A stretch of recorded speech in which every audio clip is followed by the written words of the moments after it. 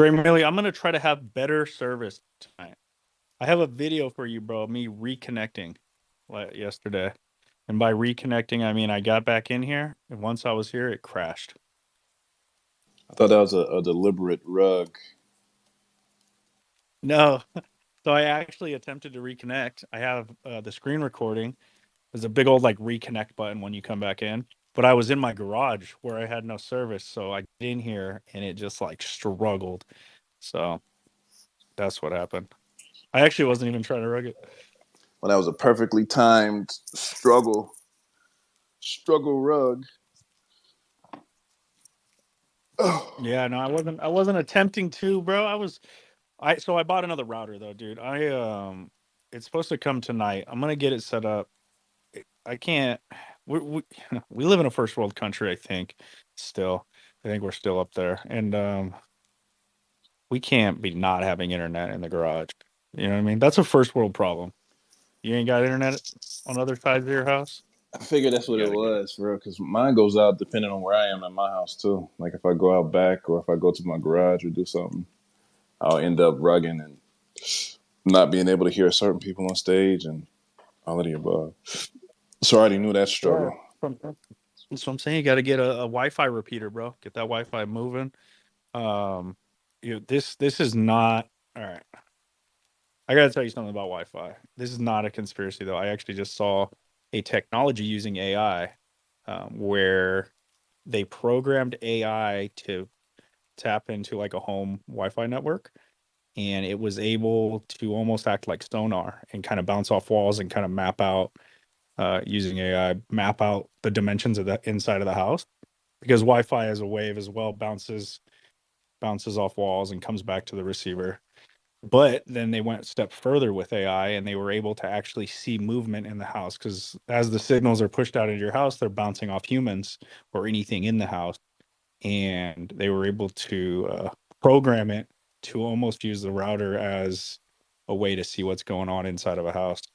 It's not even a conspiracy. It's just like what AI, the power of AI is what has been implemented to do with like a send and receive router, right? Pretty crazy, bro. It's dope when you think about it for real. Though. Like how far the technology has gone for us to be able to have these type of conversations based off of what we have and tools that we can utilize. It's all crazy though. Yeah, no, and it's just now that AI is popping, like little things like that, like, oh shit, look what we had it do, and look what it can be used for. So shit moves fast when you have the right tools and a little bit of assistance.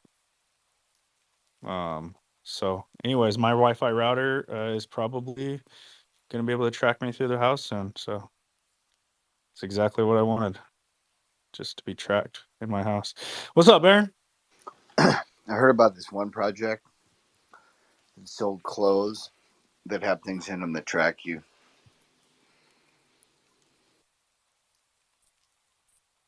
It's, they sell clothes. They uh they have chips in them. You don't need a chip in your hand; it's in your sweater, Baron. You know what? And that's my argument, right? So My when argument they knock on my door, is that's why I can't worry about this shit. I got routers everywhere. I got Wi-Fi pumpers everywhere, juicers, turbo boosters. You know what I'm saying? yeah, bro, when you got a big house, you got to have juicers and turbo boosters to get that Wi-Fi. It reminds me of when Elle was up here and she goes, "Yeah, yeah, we have air conditioning in the front of the house, and then there's another system in the back." And I'm over here with zero systems in my house. I got zero AC systems.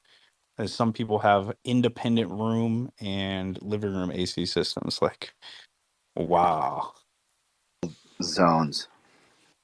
zones, bro. You know your AC system's a smart AC when you got zones set up. It- you know, I would like just my living room to maybe be a little cold, Baron. That would be cool. But yeah, zones. Dude, AC is the way to go. Everybody makes such a big deal out of it, but if you don't have that central air, you got to get on that. So I know I don't want to get into a whole weather talk. We've done it before, but do we think that 80% of this country would be livable without AC. Like, can Rupsy be living in fucking Arizona without AC? Like, is AC the one thing that makes the majority of the U.S. livable? You know, or Yeah. what percentage of the U.S. is unlivable without it? Well, no one wants to be hot in their house or when they're sleeping. You know what I'm saying? I mean, Facts. even if it's nice out, you need a little AC to cool things down, ice it up a little bit. I mean, Dude, we are the modern comfort that we're accustomed to is we're fucked if things go backwards. You know what I mean?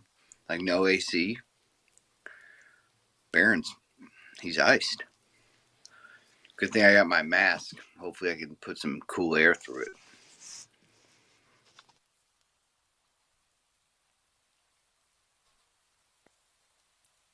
Baron is masked permanently in his PFP. He's COVID free. Um, on the AC topic, no, something else you just brought up, Baron. I can't remember what it was. Our modern conveniences have made it our ability to like fight or fight versus flight is just weak right now. Like I just walk by, like you see someone hurt, you're like, okay, do I help them or is somebody else just going to do it? Because I don't want to deal with it. Because what if like something's wrong with them and then I'm involved in it and like, dude, it's just like their world has made it so we have to overthink everything. So that's why I literally I don't worry about it. I'm not like unaware of it. I'll still read. I'm not a non-reader, but There's psychology behind it. There's a psychology term behind, like say someone's broken down on the side of the road. Everybody passes thinking maybe the next guy's gonna help. It's like a psychology thing. It's like is it bystander I don't know. or something? It's I know what you're talking about though. I'm that idiot that will try to help, and sometimes the situation just becomes worse. But hey, we'll try anyways. It just depends on what's like I guess going on. You know, like if somebody's broken down on the road, right, and they get out the car and it's in the middle of traffic. I mean, yeah, I'll jump out and I'll help out, all that good stuff. Now, if some dude is like acting strange on the side of the road, you know, I'll be like, "Yo, you need any help?" And sometimes just asking that, you cause attention to yourself, and now you got a crazy person you're trying to deal with, and you're like, all right, this guy is obviously not in need of any help that I can provide them for. But yeah, it's best to just allow somebody else that's professionally able to help. But yeah, it depends on the situation. you call the cops and they're like, "Well, is he in the middle of traffic?" It's like, "No." Well, not much we can do. So, you know, just look out for the ones that are you loved ones, and I think if everybody does that, we should be all right. You know what I mean? Uh, yeah, I'm glad I've got a good draw in this life. You know what I mean? I'm really fortunate to be here. You know, not. I mean, fuck. Drove by this family today. Clearly, some immigrant family, homeless little kid. So he was wiping this kid's butt and like ball like a little baby, dude. I'm like, dude, you know, you guys see that stuff all the time, but I just, if we're lucky, you know, I know I am. So. What's up, Shadow? You got your hand up. Yeah, I was gonna say, Ramble on, dude. Come on now. Dre Millie. Hey, I listened to that whole spiel, man. I was listening in the beginning, and I listened to what you were saying. I mean, sometimes, man, you speak so much truth that I don't even know if they walked away, but I mean, walked away learning something, man. But you were hitting the nail on the head because at the beginning, before you showed up, I don't know if you was there at the very very beginning. They were making comments like, and now you don't ever hear from Artifact or Doodles or Moonbirds, and now it's like, look, I get it. Everybody's all on this D guys wave, Fudgy Penguins wave. Like, I guess we just forgot how quickly that can change. You know, there was a Azuki wave, there was a Yuga wave. Like, they just don't realize these things come and go. But exactly what you said, people are building, and just because they're not in the timelines raving every single day, every single hour, posting 130 different replies or posts, doesn't mean that the project's dead or gone or all that other stuff. So flowers to you, man. You really represented, and that was good stuff. I appreciate you, man. Yeah, I was there in the beginning. That was honestly why I raised my hand and even get on stage in the first place, because I heard first I heard OG throw up the video, or saw him throw the video up that Ali had made, and he was giving the flowers, and they just kind of, they kind of just brushed past it. And then TG was talking about how he tried to get Artifact in on stage, and then they were making points about, certain founders being on Twitter speaking all the time, and how that's the meta, and how it creates more for the people who are here, and that's why they're winning. So yeah, I wanted to give a different perspective, because they're making great points. True, right? I can't deny the formula they're utilizing, because it's working. Frank and he Frank the Tankin out here, right? It's making sense, and that's exactly what I was saying. It makes sense, and I respect it because it works. But there is a flip side to that coin, and I think a lot of people don't necessarily understand us. And I've said this many a times. I think a lot of people don't necessarily understand what's happening here with Artifact, and I think a lot of people don't necessarily want to understand what's happening here with Artifact. I feel like we almost like the quote unquote nerds of high school, and it's not cool to talk about the things that we speak about, because we're talking about building towards the future outside of this sector, and everyone else wants to talk about the present moment building. What are you going to do for my bags right now? What are you going to do for me holding this NFT right now? And the fact that we're not having discussions about right now, but we're having discussions about how it will be. It's not interesting to them. So it's kind of like us speaking about the power of computers and technology and how it will be, and AI is going to be so lovely. And Frank and them are talking about the basketball game tonight. You know what I mean? It's exciting for the things that they're discussing about. So that's holding their attention right here, right now.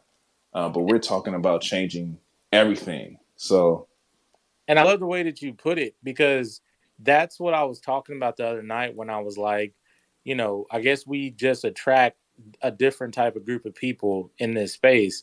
Because look, I know Thread Guy, he's done a lot for the community in the past. He's been through the gutter, and I'm not discrediting anything that guy's done. He's probably kept a lot more people entertained in the NFT world, but it's not necessarily spaces that I can listen to all the time, because, and I get it, you want to have energy and stuff, but I can't deal with a guy that's like, yeah, let's just go. It's like, it sounds like we're in a college frat house and everybody's just yelling, screaming, and let's just pump it up. Like, I can't deal with that, man. I can't focus. That's just not, I guess you would say nowadays, that's just not my vibe. I would rather be a part of conversations that are thought provoking, that it is good energy going around.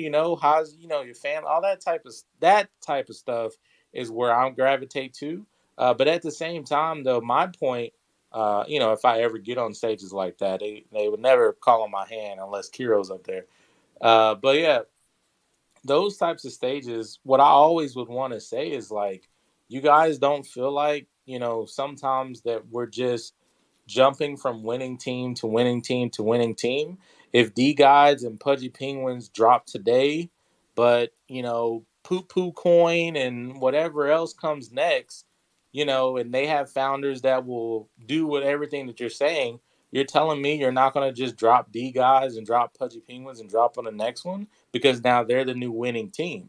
And as long as we are able to agree that like that's what's going on, then that's cool. I would just rather just stick to the team that I chose.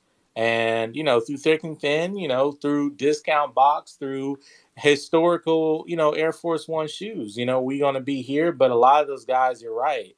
They have already, pun intended, discounted Artifact, because they're like, oh, their floor price is this. There's no way they can get back up to this point. These guys over here haven't dropped yet, and they've gone only up, and they've stayed stagnant and only dropped down a little bit. They haven't dropped 90% like the other big projects. So I'm gonna stay with these guys because obviously they're doing something right. And hey, if that works for you, that works for you. But yeah, I just wanted to make sure I gave you your flowers, man. It was a good listen. I hope they took something away from it. But we'll see.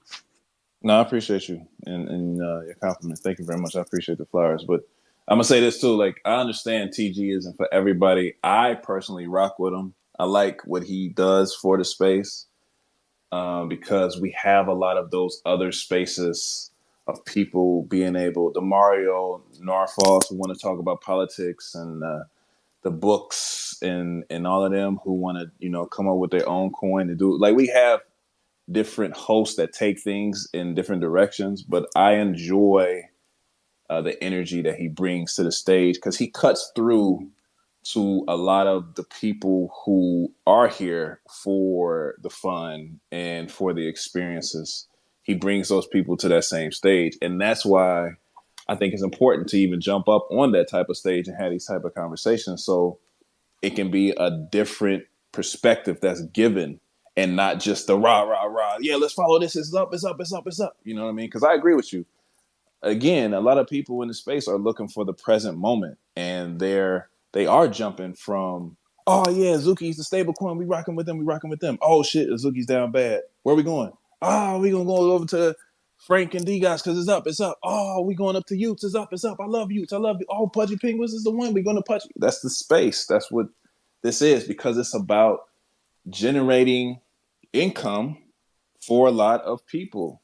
And I'm not mad at any of those choices, right? And I agree with you. It's not about that for me. It's about building the community, building something that's long lasting, and something that I believe will outlast all of these present moment jumps. But no hate or disrespect to anyone who disagrees and feels like they want to have a different experience within the sector. To each his own. That's the whole point of us having the options that we can select. So I agree with you. I think it's more so of,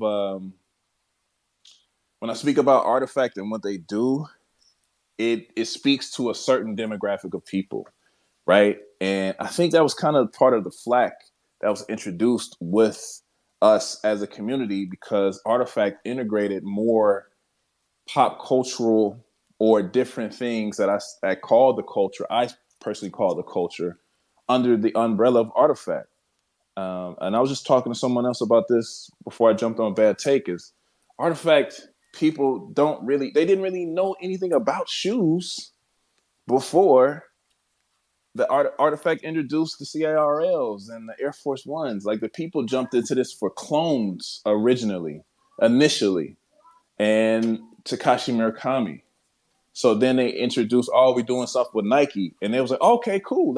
I like that, because the floor price is going up. Not necessarily because it was part of the shoe culture or sneaker culture. It was just the floor price was going up because Nike was a part of it. So yeah.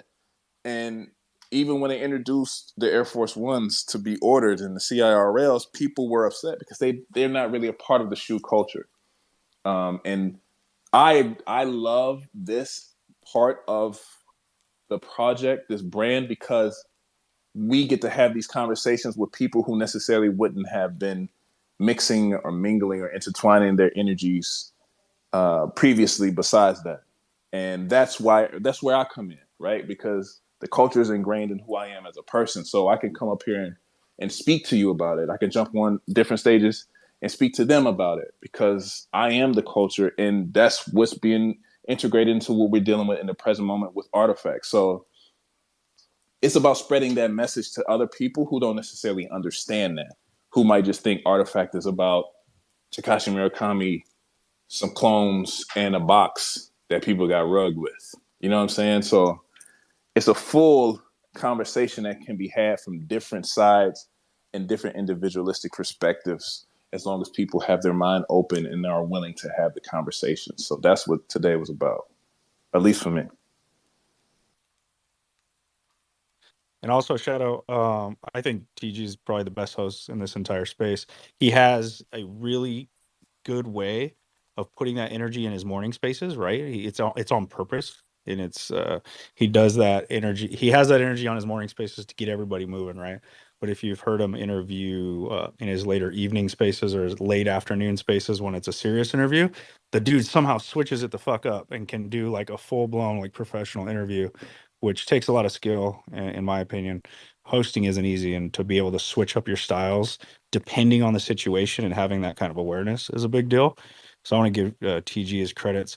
I agree, though, Dre, Facts. that is a lot of spaces throughout the day where you can go get that kind of energy and then find your spaces at night or whatnot. That's kind of the beauty of the space, and kind of why like we wanted to start running spaces, right? Because we want to have our own vibe and kind of in the day. You could spend all day like catching the drama and catching all this shit, and it's just shit that none of us in the clone community really like to get involved with. We don't really like fucking getting in timeline drama. Like we have been, and we've even had recent timeline drama within our own community, like just people just acting a fool and just posting stupid shit. Like we will, but it's not what like drives us in this space. Baron, I'm sorry, one more thing. The reason that people also, the money's one thing that people are jumping around these projects. People are here to make money, right? But they're addicted to the endorphin hits, bro. Like they coming off this 2021 thing that's fucking gone. They're looking for endorphin hits. Anything that's flashy and exciting that might catch them a little bit of an endorphin, they're going there. They don't give a fuck if we got all the best technology in the whole world over here. They don't want to hear it, bro. They want endorphin hits. They want excitement, and that's all right. People are here for different reasons, and I don't go out of my way shoving anything down anybody's throats. That you just get out there and you fucking show them what you're about and what you're building, and the right people come around. And if you look, y'all are out here connecting with really dope people. It's because you're surrounding yourself with dope people. Half y'all don't know any of the drama going on in this space, and it's probably because you don't give a shit about that. And I think everybody moves in their own way, man. Like that's what's important. Baron, my dude, the demons have fucking risen, bro. I put my hand down. No, no, no, no. I'm I'm taking sorry. notes. I can't talk right now. Taking No. notes. Yo, all right. So you want the rundown? It's a little early for the rundown, but we'll do it. It's only 28 minutes in.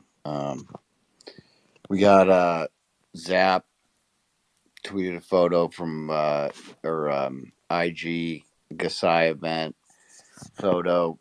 The founders in Murakami in front of Animus. Love to see it. I think he posted a pic yesterday with Wex. So I know they're friends, and that's the guy's a freaking legend. We got Johnny out there. I talked about it yesterday, doing his shoe thing. He looks like he's back in the U.S. Reviewing product for Yankees kicks, and then I saw the shoe he did for Ollie today, which was just super fire. Got a lot of support. Love to see it. Uh, Dre getting up on stage and stating concise facts on what we're doing, and people were listening. The reaction that he got was all like, if you listen to him, just listen to like the reaction from Thread Guy and the people who are in there. It got people's attention, and we're going to continue to bring a measured approach to the space to inform people what's going on, invite them to Bad Take, and kill them with content. That's what we're doing, baby. We're killing them with content. Uh, that video is fire. And I saw all these commissions in today. All these people like looking for videographers, looking for um, like creators. FT3 was out there. FT3 was the original person that found Ali, I think, or at least was the first one to put together a huge video, that flower video he did with his clone. His beautiful, probably one of the most beautiful clones, if not the most beautiful clone in the collection. So looks like he's now he was looking for like 50 people based on a tweet that he put out. So, meaning creators. So, just I was talking about it last night. Like, this stuff happens right before your eyes, and you don't see it if you're not taking notice, and you're so obsessed with what we, are my bags, right? Um, Creators came here to get exposure and to be able to like get introduced to other things and be able to grow, their talents, right? You put their talents to work, and what what we're seeing just from one video that was put out that was highly talented, but like it's only the tip, um, full pause. These creators are on that coattail, and they're gonna make this thing. It makes it sustainable. Like what we have a revenue source that's sustainable. We have a community it's sustainable because there's a common interest and there's a place for people to thrive, whether it be through their content production or enjoying that content and offering up sharing your assets for them to use. There's just this thing sustainable and replicable is really the two things that you want to be able to do. So it's fire, man. That's the recap for right now. When you add visuals to Baron's recap, like he's got the recap down, right? So I shared Johnny's design at the top, trying to add a little bit of visuals, but I couldn't keep up. The recap was too long. Um, we'll get some more up there, Baron. I need to save the links when you do it. That's the thread, I'll bro. start setting you up. I'm gonna start like I'll have them all linked up. I'll be ready to go. I'm just getting used to this new role. Thanks for having me up here tonight, guys. I really like being here. The Red Baron recap, baby. Welcome to the RBR Red Baron recap. Every week, Baron has a recap of what the hell happened in our community, what they create. I don't know. I'm just making this up as I go, Baron. But I love your recaps regardless. I don't know what's going on Instagram, I'm honestly. tracking it, dude. I'm tracking all the content. I'm just gonna talk about it every night, and just so people can't forget. And make sure to tell your friends to come to Bad Take. Retweet this space. We got to get better about that stuff. Like Dre was really good up there on stage about saying he and Compound and the people of Bad Take come find us in Bad Take. Man, I knew he had his notes. It was so freaking good. Um, I like being surrounded by people that I think highly of and are talented in similar ways, but different ways than I am. And yeah, dude, that was because you know what? It's like it inspires me to get up there, and it's not like I like because at this point, what I'm seeing on Twitter Spaces is that you can get up there and say what Dre says, and not just get completely like trashed out of the room, where it wasn't a complete waste of your time. Like back to like the what they're sorry, I'll close this out and open it up, but like they were receptive to what Dre said today. They don't know what's going on, and they're actually, it sounds like they're willing to listen. um and it's like we don't need to get our hopes up, but like what it means is that it's worth our time to be here, and it's worth our time to get up on those stages and be confident in our answers, or at the very least say, hey, swing into Bad Take, because what I'm hearing isn't accurate. So appreciate everybody here. And it was dope. We appreciate you too, man. Appreciate you in the kind words, man. It was dope that other people who have been to Bad Take, like Doxson, jumped up and was like, yo, I wouldn't learn anything about clones. I thought it was this. I was stereotypically putting everything in the same bucket until I actually went to Bad Take and had a conversation with them. And then I gained a better perspective, and it opened up my mind to even wanting to purchase a clone myself. So that's the Well, then same. how about that guy who was like, how do you feel about Dot Swoosh taking what Artifact was going to do and running with I it? don't. Like your answer was so freaking good. I appreciate that. I don't even know who that was. He just jumped in when I was talking, and I just answered his question. So I don't even know who that was. But no, Dawson was a dude who always comes in here and is speaking of it. He changed up his PFP today, so He had like a different one, so it wasn't as recognizable. He usually has like a bean, or before he had his clone. I don't even know if he had his clone up. But I think that's the same narrative that happens. Once people come here, they gather more information from different perspectives, and it's kind of like the light bulb goes off. Like, oh shit, it is dope over here. They are doing these things like Shadow. Like, oh shit, y'all doing what? Y'all got this. You got sneakers. You got what? Oh, I'm tripping. I need to be here, right? And that's more so of the reason that I can agree with what Compound said about. I think TG is if not one of the best, or one of the best, or if not the best spaces host that we have on Twitter right now, on X right now, because he does allow people to come in and gather different perspectives. And if you come in with some solid information, it's like, yo, that's solid. You're right. I didn't think about it from that way. Let's keep it running. Right. So all those things are needed. And all of those things come in conjunction with having these IRL events, because I've seen TG ever since he moved to LA. I've seen him everywhere. And we had these type of conversations in person as well. So I think that's even more so the reason why he was prone to getting me on stage and letting me speak my piece, because he knows where I'm coming from when it's this information that I'm looking to deliver. Or if people have questions, he knows the type of answers I'm going to give them. So it's all a cycle, and it's all encompassed in the one. And this is the only way we're going to win. Like he said at one point that I necessarily agreed with, and I didn't get to speak about it, but he was like, I want to see Frank win with this announcement. And I feel him. I do too, because we need that in this space. I don't hold any D guys anything. I don't hold any Utes anything. So none of the announcements that was made today would affect me in any type of way. But I still want to see him and their community win. We need this win in Web3. We've had so many losses that have come back to back to back to back to back that I'm cheering for them to win, because a win for them is a win for everyone who's here. And I truly believe that. And I wish I could have, replied. I didn't put that in my notes to reply to, so I wish I would have. But I'm happy to see what they're doing and how they're executing it, even if it's not necessarily the thing that I believe in or am a part of.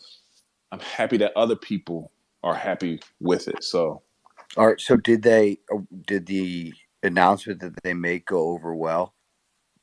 I think so. I think they're just bringing over the Utes from Polygon to Ethereum, and people were excited about that because I think it's going to affect their bags, and that's what we were just speaking about. Okay. So that's what they're doing. Yeah, that is dope. Bringing everybody together. So they were on Polygon. Is that where Utes was? Polygon purchased Utes for like $1 million when D guys a grant, and there was no stipulations to the grant. Oh, okay, see. But it was dope about that Frank gave him the $1 million back and was like, "No, we going to Ethereum." Like, that's dope. It is dope. Damn, that is dope as well. Polygon. It'll be interesting to see what happens with Polygon, because they picked up so much market share. They had their BD team must have been just incredible. They locked up so many contracts, and but for a project to move off there after getting paid like that is that's saying something. But it's only one project, right? They have a lot of Web2 companies that are looking to integrate over to crypto or to blockchain on Polygon. So I think they're going to aim more towards those wins, and I guess it just didn't fit right for Frank and them to be on Polygon. Don't have me speak about it because I really have no idea. I'm just speaking speculation. I don't. It's cool because I 100% agree with you. Like I want, like I didn't realize the announcement was today. I want to see them win. We need a win in this space. We need to get off the schneid. People need to realize that they're not completely crazy and wrong. This thing is scalable and repeatable, and we're just in a bowl. But people are literally, when you're at the bottom, dude, people have lost their minds. They think that it's over for good. Shut the doors. It's over. Same .com bubble that we saw before. History repeats itself.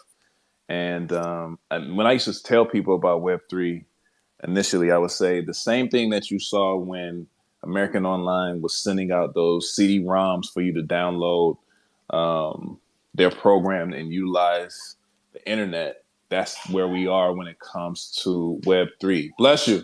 So we just are building up in that place right now. And AOL was sending out so many CD-ROMs, I was using those joints as frisbees. And I was seeing them all littered throughout the streets. Like they were just throwing them everywhere. And it's the same situation. It was so many JPEGs, Web3 projects coming all at once. They were just littered throughout the streets. And now we're in the cleanup stage, right? Everything that came out from the internet.com bubble did make it, and it crashed and burned. And right now we're just going through the burning stage. But there will be some who make it and make it out big. It will be the Yahoos and they didn't even have Bing back then, but they have Microsoft. It'll be the same situation that was once happening before happening now. It's just a transition of guards and a new chapter. I like the analogy, bro. That's actually a good analogy. Um, the CD analogy is what got me. The cool thing is that there will be a lot of people and a lot of projects that come and go, just like that. Like there was a time when like AOL was leading the space, right? Like AOL, everybody had AOL email, everybody had AOL chat, right? And Yahoo was next. Yahoo was kicking ass. Now we all use Google, right? Google is like our main search engine. Everybody uses Google or Gmail. Um, I remember having a Facebook. Now we're all on Twitter. I mean, sorry, on MySpace. Then we went to Facebook. I guess what I'm saying is like you can't really predict the future, but as long as and projects will come and go, and who's big now might not be big in 5 years when everybody, other people catch up or one team starts to outdo the other team with tech. But I think it's important that if you're putting your eggs in a basket, that the basket is on a good foundation, good team, uh, has the runway, has the fucking know-how to get there. And that kind of goes back to what Shadow, like we were talking about earlier, is a lot of people in the space pool are putting a lot of money into to bets, like these small bets. And I did it too when I first joined the space. Put a lot of money into to like spread it out across a bunch of small bets, thinking like diversify, but it didn't work for me in this space because there's only two things that tend to happen in this space. You like the project sticks around or it's just fucking gone completely. Like there's not a lot of in between. So I picked a few bets, right? So I stuck with Artifact and Yuga. Those were my bets. Like, all right, my bag's solid. Let's rock into the next bull. Spreading myself too thin across all these other different projects didn't seem like the move after getting rugged a few times. That was my kind of strategy here in Web3. Baron, I what's up, think, man? I, but let me jump in and say this. I think a lot of people had the same type of idea because we never been in this market before. We never been in the sector before. So we was treating it like coins, you know what I mean? Treating it like crypto. And that's exactly what we're learning right now, man. Like this is the time. We're going through the end of DeFi summer and figuring out like, oh shit, this isn't what it once was, and we're making adjustments. The people who are still here are making adjustments. Baron said something about this the other day, about how you learn from these situations, and the ones that you double down on and stick with, this is the time to do so. And you can either win big or you lose big, but this is the time to make the choice to do either, or how you're going to execute. And that's what we're learning here. Like people are doubling down on what they believe in, and it's going to be some winners, it's going to be some losers. It's all inevitable, right? And we just going through the process to filter out which is going to be which.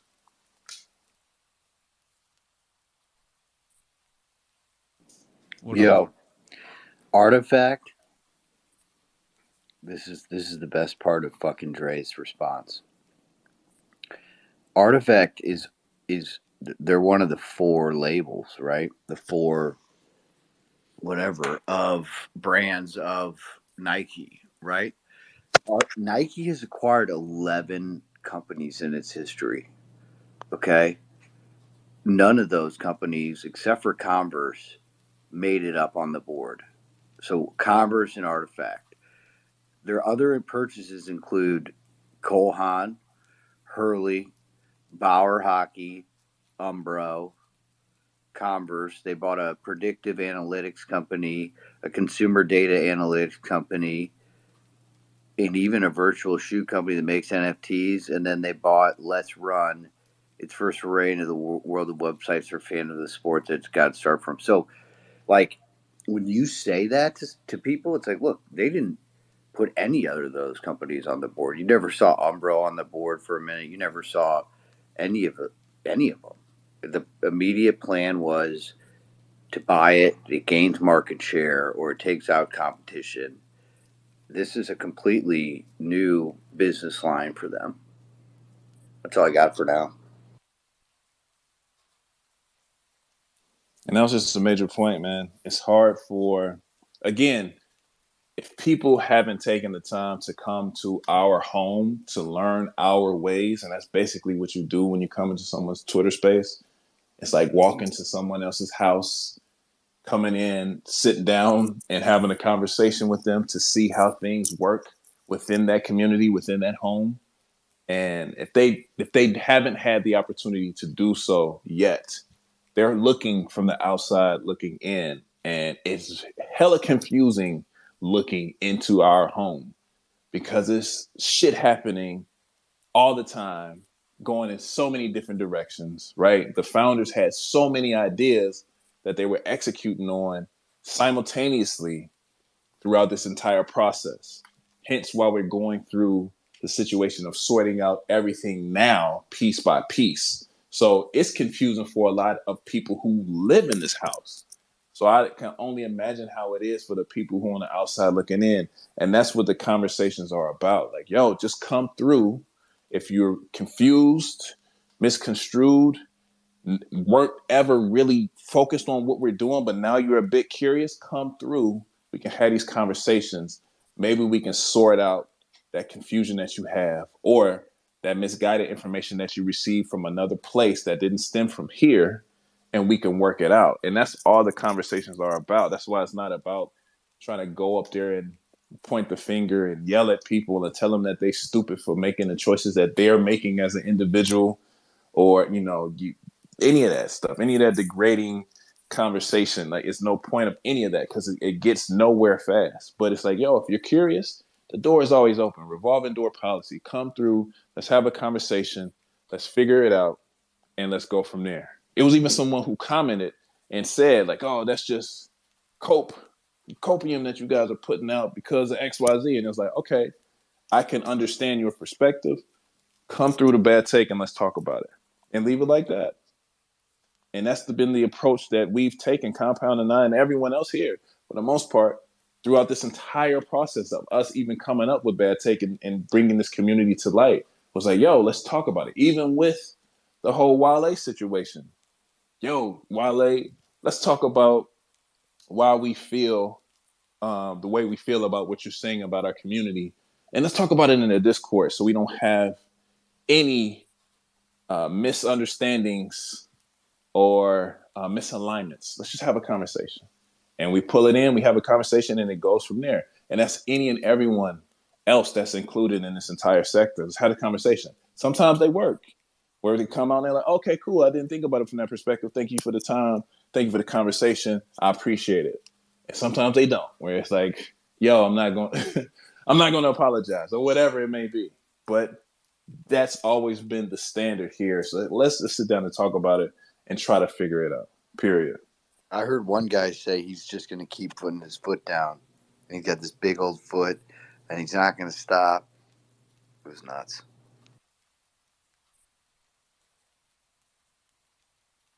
Sounds like a bunch of wasted energy to me. What up, Johnny? What's good? What up, family? Are you finally back stateside? A little jet lag, so I'm being able to kind of join the bad take tonight. So yeah, enjoying the conversation. We are the power. We are the power, man. Everyone's got to remember, like the community members that are showing up every single day. We are the ones who give value to these projects. We are the ones who are bringing the lore. We are the ones. I mean, this is a new sector. This is a new project. We are writing the history for these brands. And so if they're going to stick around, it's the people that are writing the stories the strongest that are going to be around, right? It's like you guys showing up every single day, educating the space. That's power. Ali showing up, doing the video. I didn't see that coming out of Artifact. I saw that coming out of a fucking clone, right? And look at how much just hype has come through the community, right? This is what happened with me doing the crypto dunks. The only reason why I did it was to like hype the community up, right? I mean, I was doing it for myself, but ultimately it was to inspire and creativity throughout the community.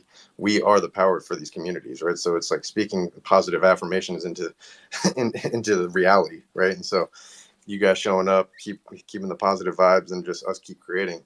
There's going to be value, right? And then what they said, the 10,000 hour rule, the same thing's applying to this sector right now. It's applying to this community. It's applying to every community. It's like the community members that ride positively, there's going to be a positive output.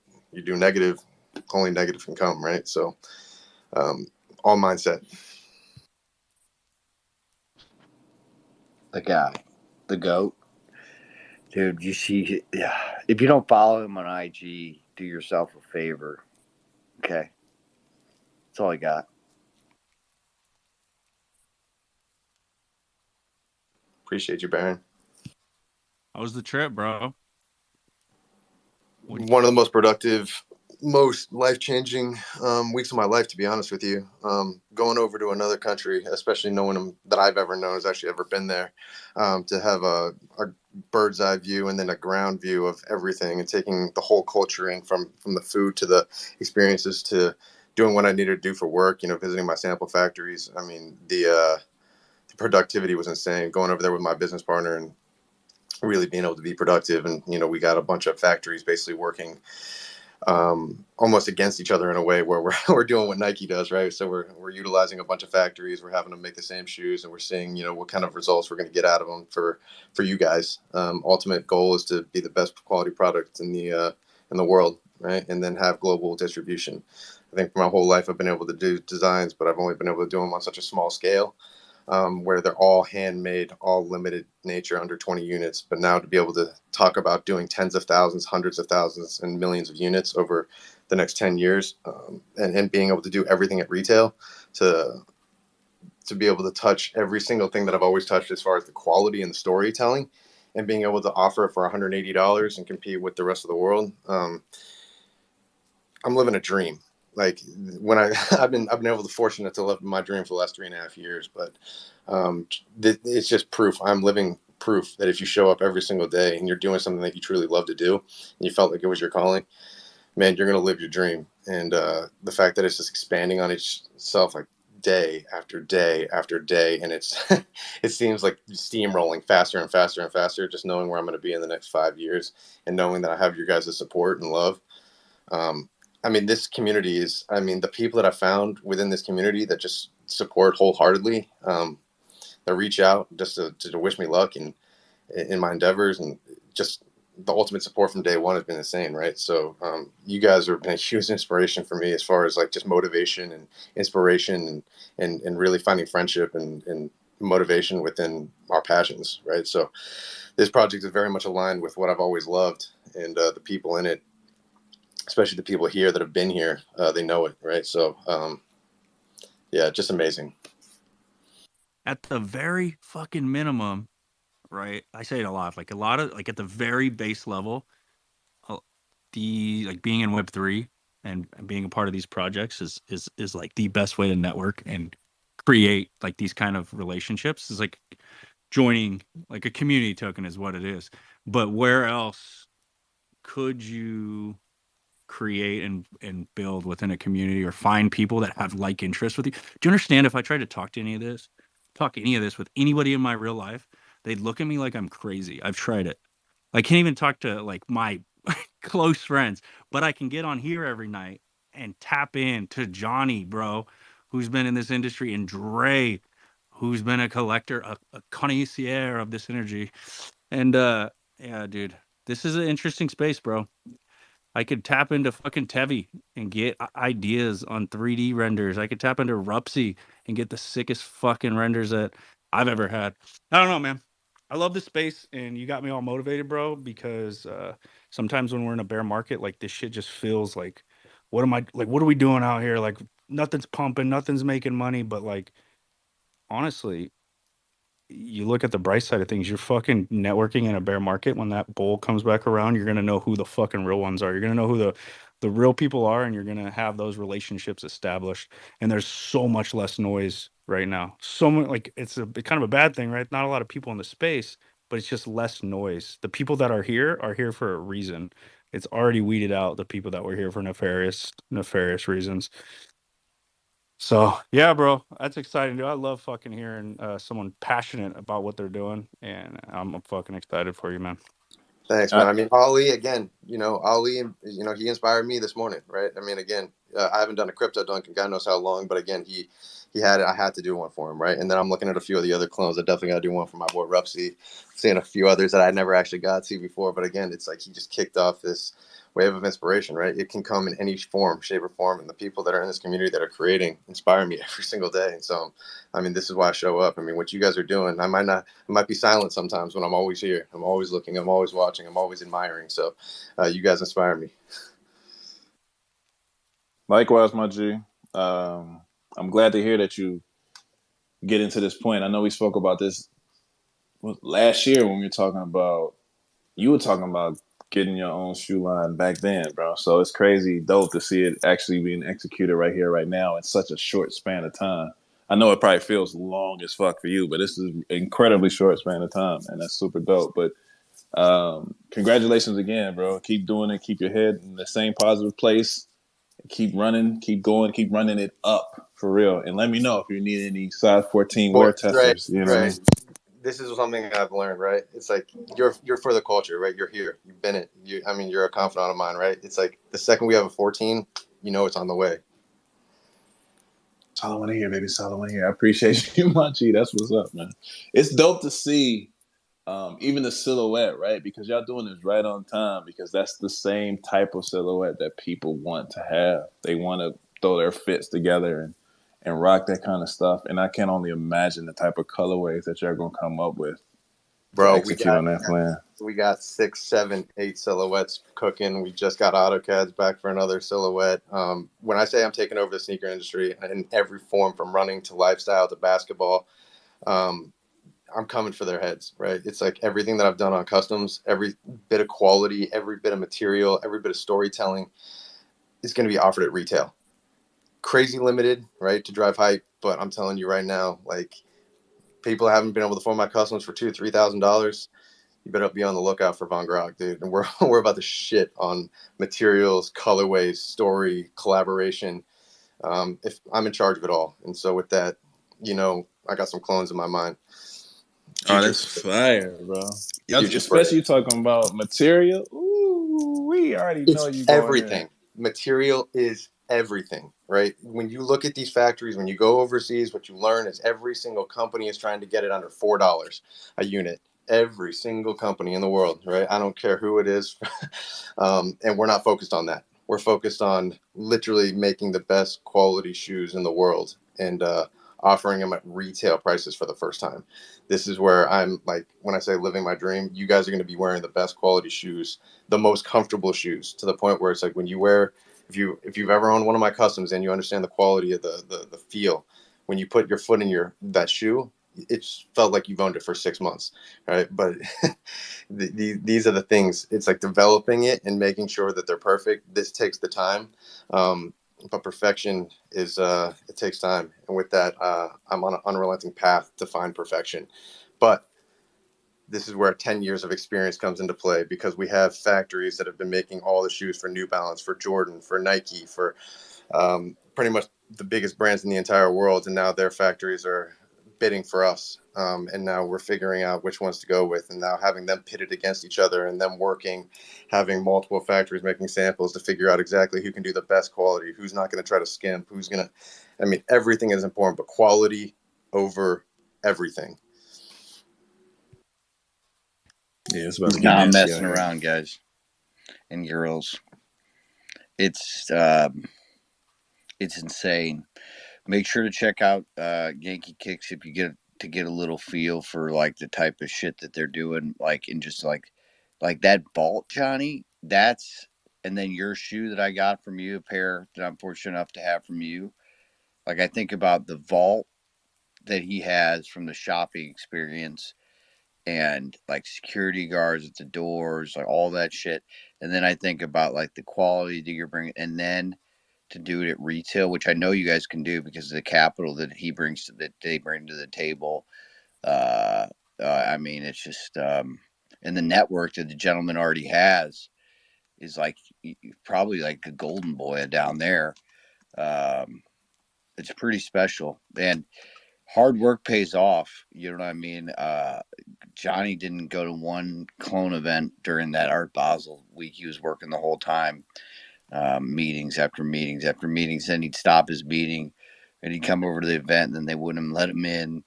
And we were all having too much fun to even go help him out. So next time we'll make sure to hook you up, dude.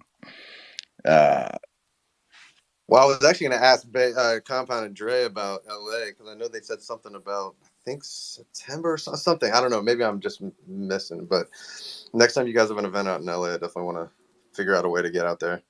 September. I'm gonna keep saying September. I can't give an exact date yet, but When you do, no yeah. rush. Just keep me in the loop. No, for sure. I appreciate it.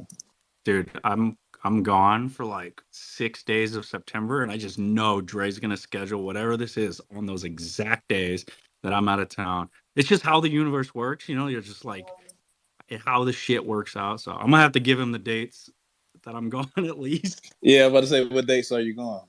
Let's run through that right now. It's like the weekend of the 22nd, Wednesday to Monday. That weekend of the 22nd. Hold on.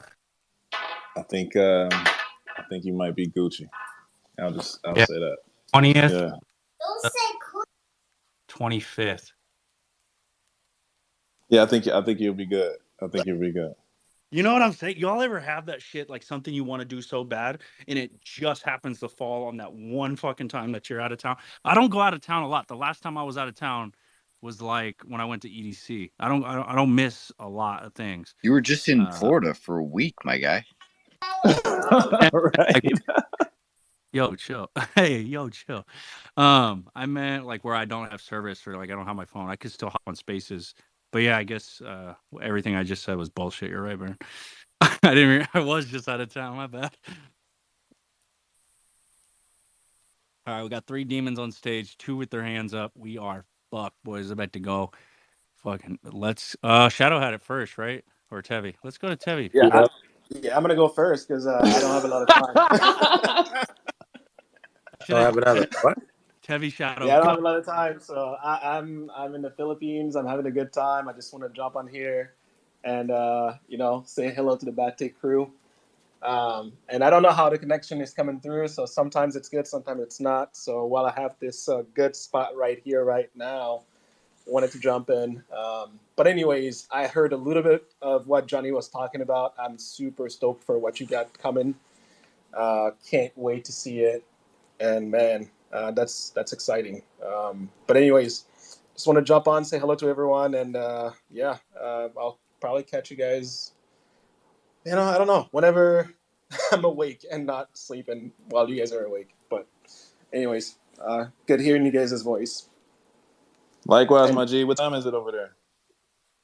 It's 10:04. We're about to go head to the mall right now and go check things out. I found a Rimowa store, not in the Philippines, but in Korea. That was fire as hell. I think I will take the bag in there after and get some wheels. So on the way back. Ooh, Korean wheels. I wonder if they got different colors over there. That'd be dope. That's what I'm saying. So, I'm going to find out if they do or not. Hopefully they do. But yeah, it's gonna be good. It's been a dream so far, and this side of the world it's pretty epic. Your photos look amazing, man. That water and stuff looks crazy. Look like you're having a great time. That's what's up, man. Enjoy yourself. I know you work hard. You deserve this. Take your time off. Let me know if you find any fake rollies, and we can talk about it offline. All right, I got you, man. All right, I'm gonna drop. Catch you around later. Fun, Tevi. Touch water. Bye. Yo, Shadow, what's good, bro? Tevi fucking front ran you. That was not me. I was gonna tell Tevi, man, you should pop that capsule open, man. I'm waiting to see that Murakami. You can use that Philippines magic. Yeah, bro. Why is he sitting on that? How are you gonna not open a vial for a whole week? How does someone even hold a vial for a whole He week? said he wants to savor it, man. Can it I be was me? Can it be me? I'm cracking it open as soon as I press buy. It's like I'm buying it on OpenSea and it's entering the artifact website at the same 1 minute period. Like that. That's how little patience I have. Same, man. You know what we should do? We all should get a vial and crack it open together. Like everybody, like 5 of us at least, and just crack it all open together. That'd be dope. I would do that, but L money? right What? now Planet X is taking all my money right now, man. I'm gonna need about 6 months. Wait, it's 4 point. Hold on, 4.4. I'm gonna need about like 7 months, man. God damn. Wait, I would is do this that. the mint? Is it going on? Oh, Yeah, the minute going on. oh, you're talking about the vial. I brought this up the No, other night. We need a bad take clone, dude.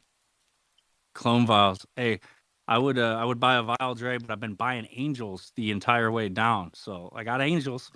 No vial Dude, though.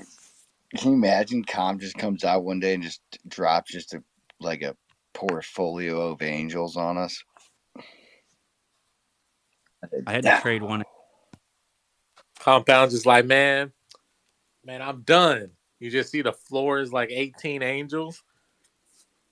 Good day, man. Good day.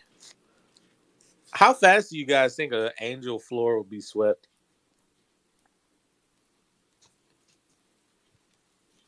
I don't know. When we was going through the bull market, Angels was up there, bro. Like it was tough trying to get an Angel back then. I see why Comp has scoured the floor the way he does because, and I forgot all about that until y'all had that conversation earlier today. I was like, damn, that was right, man. It was tough trying to get an Angel back then. Bro, So I don't know. the clone floor was like 20 ETH and the angels were like in the 30s. Like the spread was crazy. I remember looking at angels going like, what in the world? I wanted one, but there was no way. Like Yo, when, Com. what's Yo, real up? quick. Yo, Com. Real quick. What's your clone's number? Let me look. I don't know. You don't know that about Hart? What is going on? Mine is 9610, Look at man. Shadow. 994, bro. Oh, y'all gonna Yep, put yep, yep, yep. oh, you gonna put me on the spot in front of my peoples. Okay. We're doing that. We're doing that. No, I don't know. Let me look it up real quick, Johnny. I'm Dang, trying. Compound, you take it mighty long, man. I'm starting to question. Does he even own this shit? Damn, what's up with my internet, bro? Oh, Part of no, me feels bad now. Shit. not the internet. Nah, bro. Nobody knows their clone number, dude. Don't trust them. Next thing he gonna say, his dog get kind of sick, man. He got to shut the space down. Bro, when did I ever use that excuse? Nah, just you know what's funny? So that was the excuse that my boss used. I don't believe it for one bit. He used that yesterday.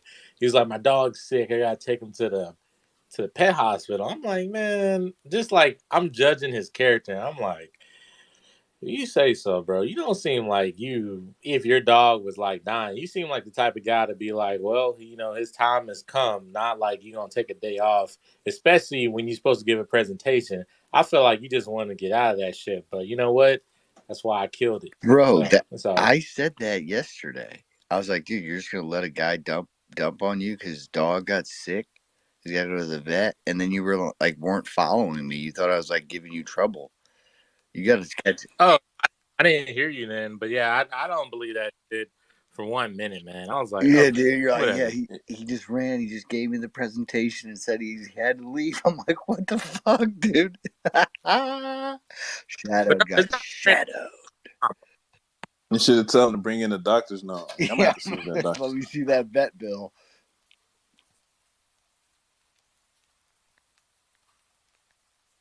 Hey, man, whatever it takes.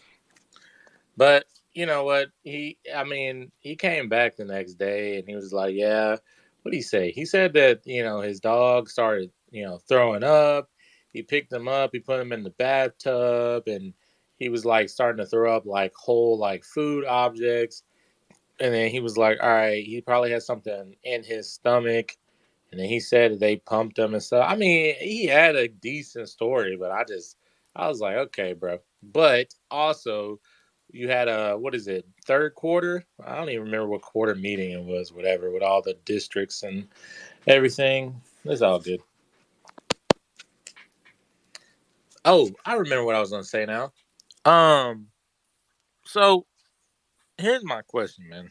With Murakami, Takashi Murakami, is it just me, or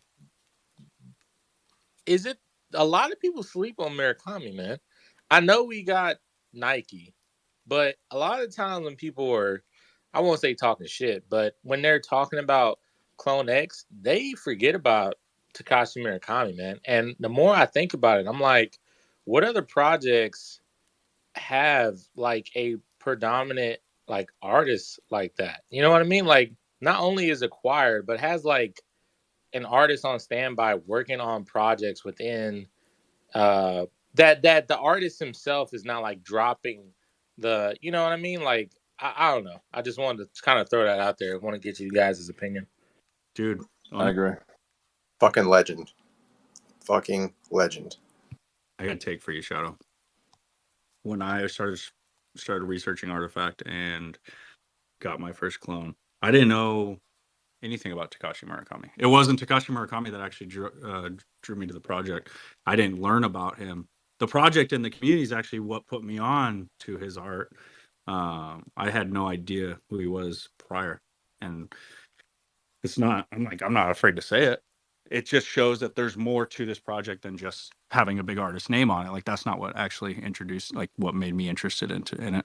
So people will find this through other avenues, and then just like you and just like myself, getting into sneakers, and Dre, teaching me that part of the world, and learning about Takashi Murakami. Like, once you're here, you can start to dive in and research more aspects of it. So I think it's pretty cool how many different aspects there are, and how many different avenues of entrance there are. And that's exactly the point I was making earlier. Because I agree with you, Shadow. There aren't a lot of people, including myself, who speak about Takashi Murakami. I will say when I first got into it, that's what drew me in, to be honest. Like, I knew Artifact and knew who they were. And one thing I knew about Artifact is that they were solid, right? Like, somebody else was having this conversation I think it was Compound, when we was on that X stage.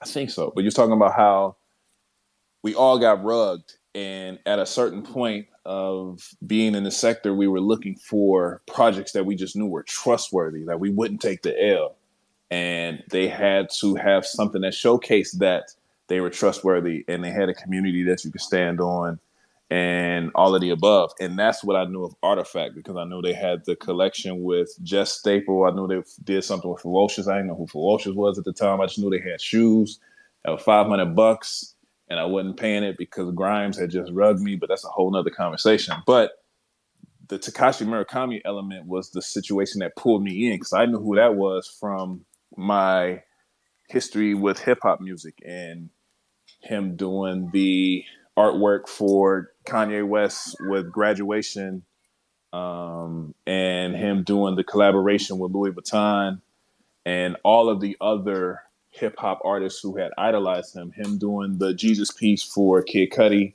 and all of the above. So that's what pulled me in initially. But that is a great point. A lot of people don't speak about him enough, and the power that he holds as an artist, for real, because Nike got introduced, and it was like, oh shit, Nike.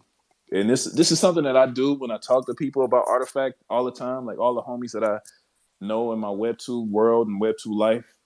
And I'm explaining to them what Artifact is, and it's like, oh shit, that's how you say it, Artifact? I was calling it RTFKT. They always say it, the letters or whatever, but being able to give them something to hold on to and grasp, it gives them being more comfortable to even dive into it and look into it themselves. So I wouldn't say that he's something just to blow past when it comes about explaining this project, because he is a legend, just like Johnny said. Yeah, and that's I just, when I think about, I mean, everybody knows my whole take is that nobody really knows what's going on in Artifact, and Not to rehash everything from yesterday, but as things become cleared, outlined, and very easy to follow, it's apparently also with the way that you say the name, people will be a little bit more understanding of, oh shit, okay, so they actually have this, and this coming on. People have very short attention spans, and I don't know, but even I guess myself, because I'm like, I like to kind of just stare at the collection a little bit and just really just kind of like take it in, like, okay, this is what I'm a part of, and making sure I really understand like everything. And that Takashi Murakami part was always like it kind of felt like three different things. It kind of felt like Nike, Takashi Murakami, and then the founders. So it's like three, in my opinion, it was like three cornerstones of kind of like, or pillars, I guess you can say, of what makes this community of the CloneX community as great as what it is, right? But a lot of people, if you ask them that, half of them they forget about the Nike part. But and don't let that dot swoosh blow past, because then when they remember about Nike, it's like, oh, but yeah, but Nike, they left y'all to the wayside because they just focusing on dot swoosh now. It's not like they don't even understand how Nike dot swoosh and all those different things even collaborate with each other. But yeah, it just got me thinking that, I wonder why people don't acknowledge it. Maybe because they just don't want to. I don't know. But I'll be honest, like, I didn't know who he was, but even after just a small, like, deep dive, I found out, like, wow, this dude is super renowned in the Asian markets. He's super renowned in the hip hop space. He's super renowned in just fine art. He has like some of the I forget what the word is called, but when you have an IP or a brand or something that is noticeable in like any, like, you can throw it in the mix of anything and it will catch people's eyes, like, oh, that's the Takashi Murakami flower, or all that different stuff. Like, he has all this stuff under his resume. And I do look around and I know people are talking about the D Gods art reveal and just stuff like that. It's just, for me, if I knew that like Takashi Murakami had a hand in the art, like what we do with Animus, I don't have no worries at all of like, oh, it's going to reveal and the art's not going to be good, or am I going to like it? Like, bro, it's going to be a Takashi Murakami inspired, this, that, and the other. And that's, to me, that's just like, that's amazing. So yeah, that was just like long winded. It was kind of It's a random, wrap, but yeah. dude. It's a wrap. People don't understand. Takashi Murakami could be. Well, I think he's probably going to be one of the most famous Japanese artists to go down in history. Just because of his impact on the culture and, oh man, dude, so his art's all rooted in like the travesty that went down during um, the World War that took place there, and the bombing. That's why it's like his people are so gnarly. They've been like infected and shit. Um, he's just an interesting guy. I, the one thing that I am, the Flower Go Walk commercials are little out there for me, but everything else I've ever seen from him is like incredibly fire. I have a ton of his prints. I bought a bunch of the those flower prints that he just put out through Kaikiki. Um, are super dope. But yeah, he took the flower series, all the ones he owned, and made. I think he did 200 or 300 different prints. So yeah, pretty cool. You should go look at it. If anybody hasn't seen the exhibit. It's fire, and you can get those prints now and buy them if you're lucky enough to find them. It, But people, dude, when was people don't. There's not enough like. Um, it was like we needed to fail before people could lean into Artifact because we came in there with too much heat, dude. Like people don't like people that are. It's like the best looking girl or guy at school. It's like they're just assumed to be like a mean girl or mean guy. It's like no one really wants to try to learn what they're doing. They just assume their shit doesn't stink. That was like the vibe, and then once you like fall down, people are like, "Oh, okay. See, they're not perfect. I told you." It's like, well, I never was saying I was perfect at all, but okay, yeah, now I guess we are on the same playing field. So I think people are more open to it at this point. Hey, hold on. Yo, why is Benito commenting all these things make no sense? Makes no sense here too. Makes no sense, bro. Why did I miss this, bro? My timeline is behind. This happened on August 7th. Bro, that's But funny as we hell. we have T-shirts printed, bro, and you're just now reading this. Like that, some dude already sent off a T-shirt to get made on from the quote that last night, bro. Bro, they just really just went. Makes no sense. Makes no sense here too. You probably doing this on purpose. I'm like, bro, he's a savage, man. And then he's like, maybe one day Benito will come and say something positive. One day you'll understand that all this is me. Bro, this is good, bro. What the Shadow Man, where have you been, bro?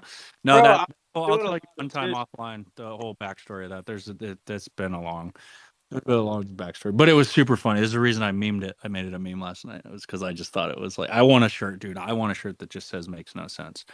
It's like I just want to rock it, bro, because it's the best quote.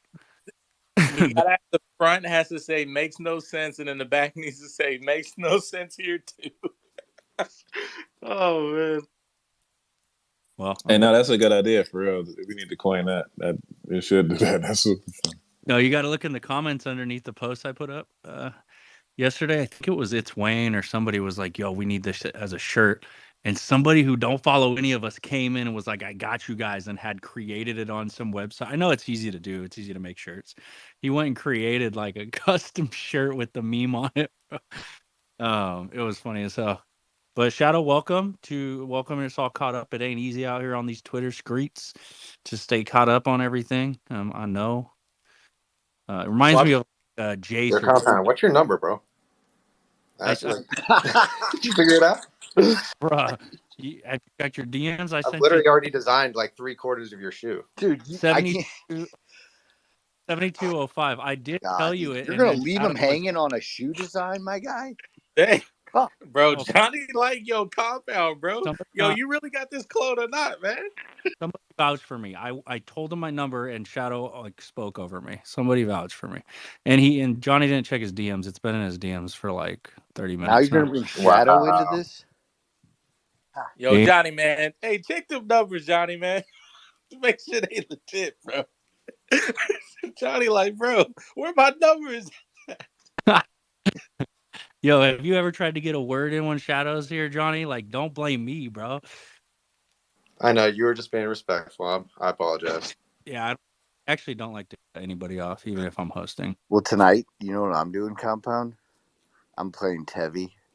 So I'm like, I drone on for a little bit to allow Shadow to scroll his timeline and see a meme, and then we get to bring Shadow back. It's how the space vibes. I love it that he just like caught up to all that because it kind of reminds me of what Jace or Tevi would do. They'd kind of unplug while they're working. Like people got jobs, bro. They can't be like keeping up with everything. And then they would come in here in the spaces and they would just recap it all the shit that happened that day. I always thought it was hilarious. Yeah, my day is wake up, get some coffee, go back upstairs, read emails, and I'm working until like lunch. Lunch, I'll check and see if any spaces are going on. I'll do my little Twitter check in. If not, if I don't have a space to put on in the background, my second half of the day is a lot less busy. That's normally when I'm in spaces, talking to people, all that good stuff. And then, by the time I get done with my day, which my time is around like 6:37, then I'll try to catch up on whatever happened in Twitter all day. But I found that it's easier to keep up with chats. Like I'm in, the Bad Take chat group. I'm in a Planet X chat group, and I'm in my old friend group's chat group. And so it's easier to keep up with stuff in those chat groups. So I really haven't checked the feed in a minute because it just shows me all this like I'm seeing what here D God, another engagement farm, another engagement farm, an ad. Like it's just, I don't know, man. Yeah, I catch up sometimes though, but I guess I was late on that. That was funny as hell. Heavy, or sorry, Shadow, you just captured the whole space. We know you spend 7 hours a day in Planet X spaces. We see you in the spaces. Don't be trying to tell everybody in here that you're actually working. Oh, hey man, those Planet X spaces, you learn a lot. But yeah, I have been in there, man. Today it was only 2 hours, but yesterday, that shit was a 6.5 hour space. I was like, dang, I ain't been a part of these in a minute. Hell, we should run a 6.5 hour space, man. See what happens. Bro, we used to run them shits all the time. These joints used to go forever to the point where I would have to tap out like multiple multiple nights in a row in succession. Like, all right, y'all, I'm out. This is it for me. All the time. We kind of condensed it down to this time slot it has now, but this joint used to run wild in the early days. Yeah, and you know what? And this kind of correlates to what we've been kind of talking about earlier. I talked to my wife about, everything. I explain it in a very dumbed down way, not because she's dumb or anything. She's very intelligent, more intelligent than me, but I don't want to waste her time trying to explain every single increment of this side of stuff. So I give her like, the Spark Notes versions. And, she told me, she was like, well, it sounds to me like you're picking the projects that have something to prove or they haven't even been proven yet. Why wouldn't you buy, because I talk about how Yuga is like good and established and how big they are.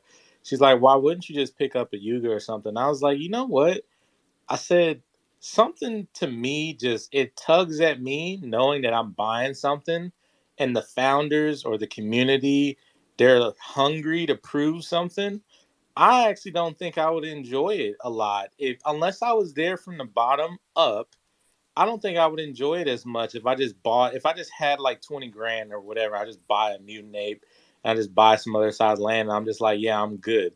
You know what I mean? Because I mean, yeah, the price might go down, but Yuga collapsing. I mean, it's gonna be hard to see. Maybe one day, but I'd rather be in here, man, because I want to be with the community and the founders that are hungry to build something. And I see that in the artifact, especially in the community. And I know the founders, they're definitely building. And even with the Planet X side of things, like Ghost or James, man, that dude is hungry to prove that he, has created something that he knows is going to succeed. He has funded it himself and all that stuff. And I was like, you know what? You're unproven.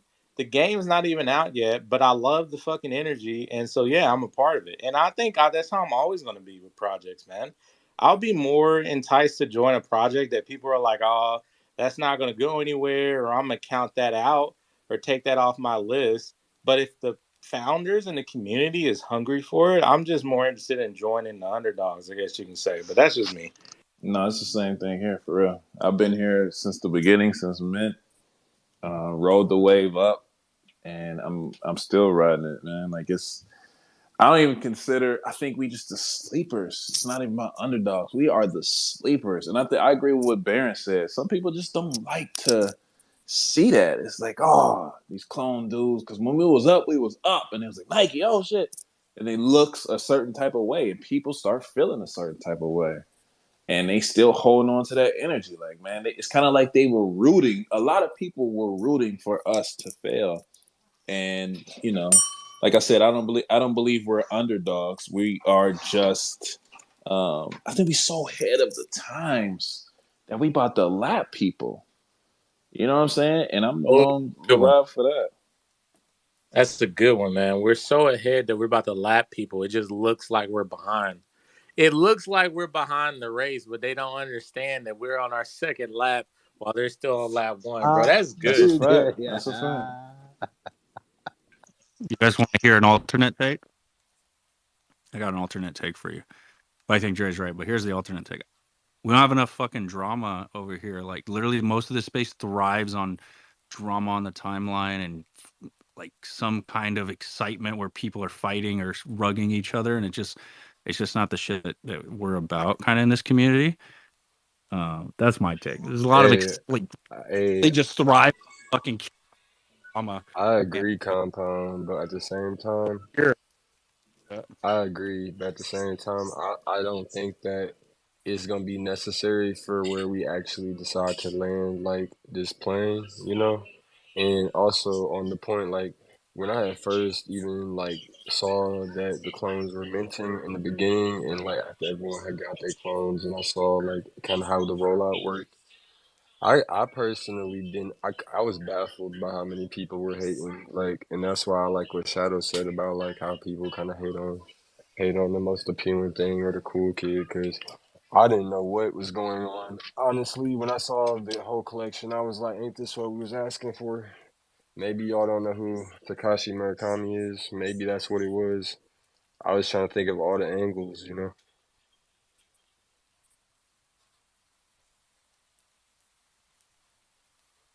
My thing is, here's the question, Dre Millie.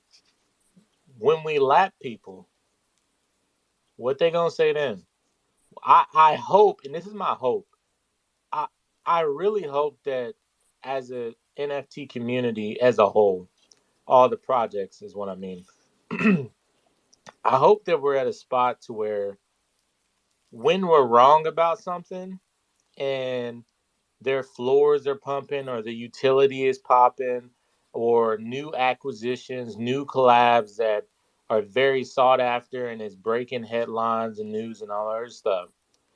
My gut feeling says that people will be like, all right, yeah, you guys are knocking it out the park. Hey, come on this space. We want to talk to y'all. We want to catch up with Artifact. What's going on? Can you tell us about this? Like, I'm hoping it goes that route, but then I have a gut feeling that it's like, but what if it just makes them angry and they just like, yeah, I'm Artifact people, whatever. Their price will go back down. Like, I really wonder how they're going to react to it because they can't stop it, but my thing is, when it happens, what is the reaction that we're going to get? I low key feel like we I seen the reaction like several times. My bad, Dre. It's just like I think it's gonna be what we live in a space where people want to be a part of what's hot, right? It's going to be such a great entry point for people to hurry and scurry and jump in. I think if you truly want to know what I think some news is going to hit the timeline that comes directly from the founders and why they've been so quiet. And it's going to send a shockwave throughout the entire space. The entry is at a point where so many people can hurry and rush to get in. And that's what it's going to be like a onslaught of people. Yo, it's time to go, and then they're gonna be like, okay, so yeah, y'all been talking about this for so long. What's up with this for real? And we're gonna have so many people coming to our doors asking, inquiring about what's been happening behind the scenes and looking to jump in. That's what I personally think because again, the innovation here has been next level the entire time. The execution has been lacking. We cannot deny that. We will not deny that. But the innovation is something that you cannot take away from. I don't care who you are within the space. Outside of this space, there hasn't been any other company that innovates on this level at this level. Execution definitely needs some help, and that's why we're here.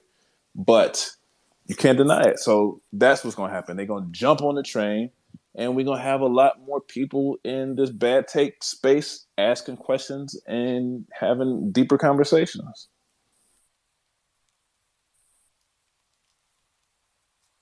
what's up, POV?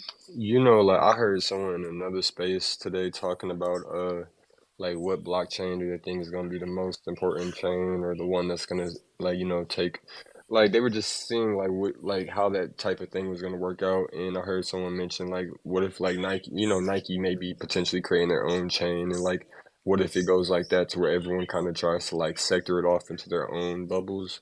And I'm just saying like if Nike creates their own chain and that evolves into anything, y'all can only imagine that like Artifact is grouped into that, and that seems kind of hard to ignore. Also,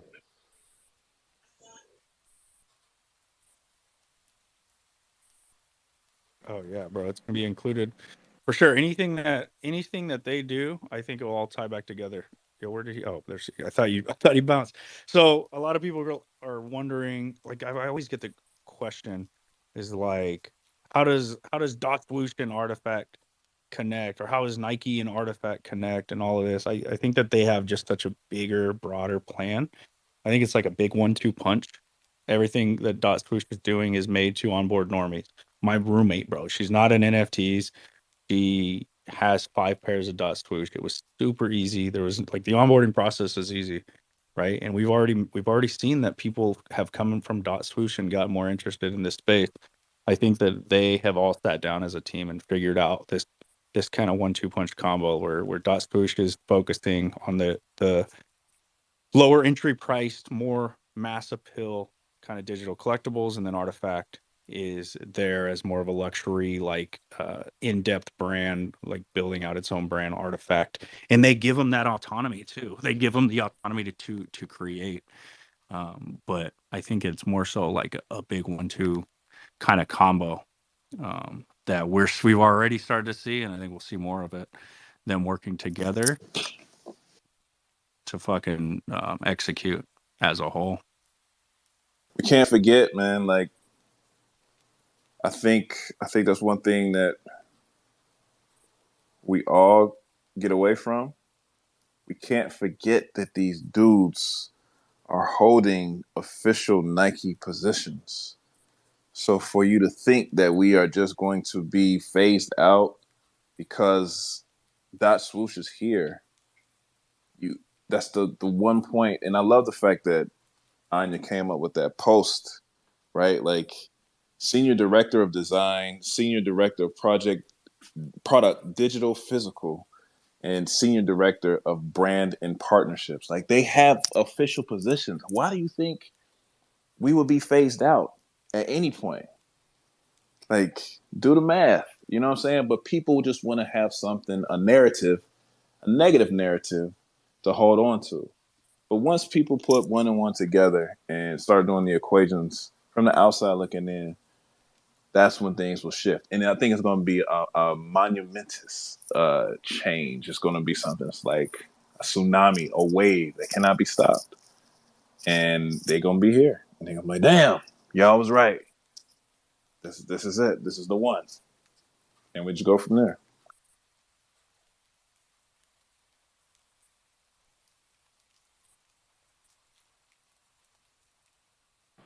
Yeah, actually, you know what? I forgot who it was, but somebody on the Planet X Space today, he worked at Nike.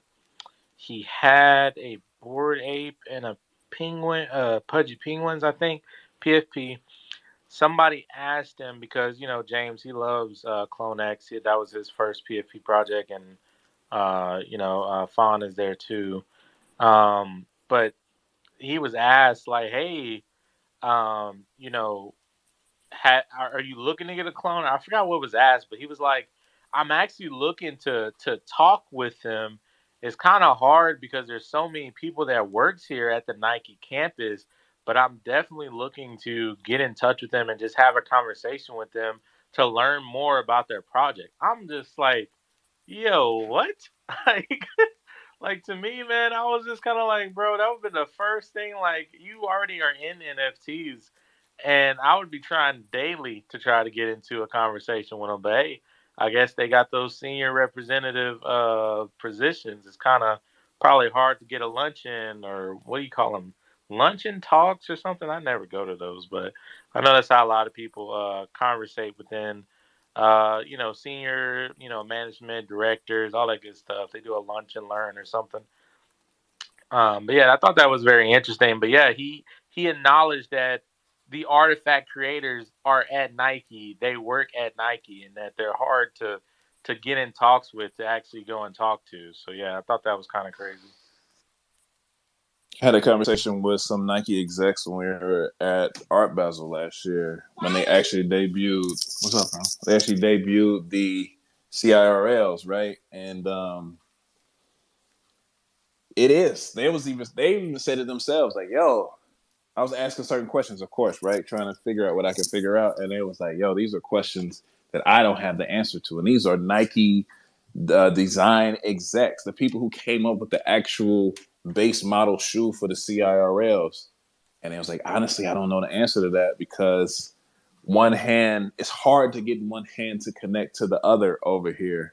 And that would be more of a Zap question. That would be more of a Benoit question. And that's how it is at Nike. Like, it's hard to, like Dude said, yo, I'm trying to talk to him, but it's hard to get him on the jack. That's how it is. It's just that type of culture. It's such a huge company, man. Like, which is wild to hear, but it's just the honest truth. Those conversations at Art Basel, bro, they was giving us all types of alpha as much as they could because they didn't know it was alpha. But Yeah. We were soaking it all. We were there like all day just asking as many questions as we possibly could. But we were like, yeah, it was amazing experience. it was dope. I'm super hyped for this year, man. For real. Super, super, super hyped for this one. Yeah, but like you said, man, like people just don't realize that. They don't realize that our founders are actually holding high positions in Nike. They don't realize when they say that Artifact is going to zero, that just the same that's the same as saying that Nike is going to zero. They don't understand that we have things cooking. They don't understand that we have historic shoes coming. Your guys' way this month in October, right? The CIRLs are coming this month. Yes. Yeah. See, yeah. We'll see what the timelines look like, but I got a feeling I understand how they're going to go. People are going to be really shocked. No, I agree. I think quarter 4 this year is going to be very adventurous, to say the least, man. Like it's a different ball game, bro. I'm just excited. And I'm, grateful and soaking in the moment the present moment as it happens, right? And showing that gratitude because from this point forward, things will never be the same.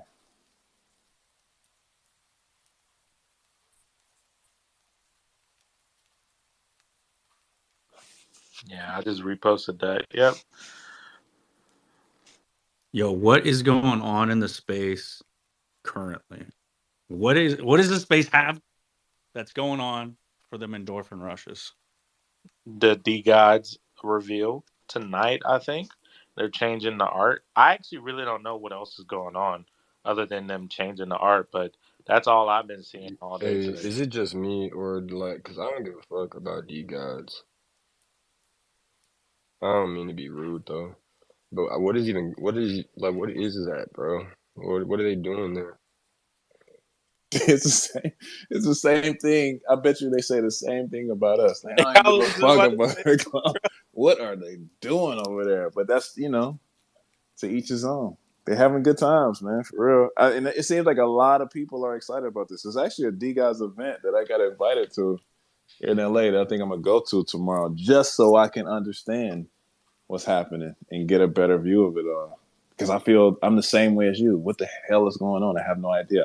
I've met Frank a couple of times, and I still don't know Bro, I've what the sat hell is in like going on. very long spaces, and honestly, yeah, honestly, no, so he has a point though, man. Because look. I'm gonna just tell you right now. I recognize that D Gods is a top Web3. It's a blue chip, a Web3 blue chip, right? I just respect the fact of that, and I understand what the art looks like. So if I saw it at a glance, I'm like, okay, that is what a D God is.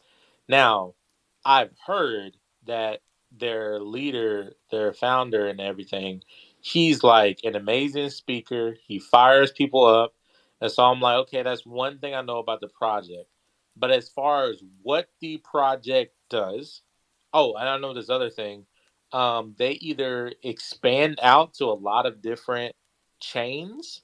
Yeah, I'm pretty sure they're the ones that they're on. Like, there's like D gods on Ordinals. There's D gods on Solano, I think, and I think they had some on Polygon, but now they're not on Polygon.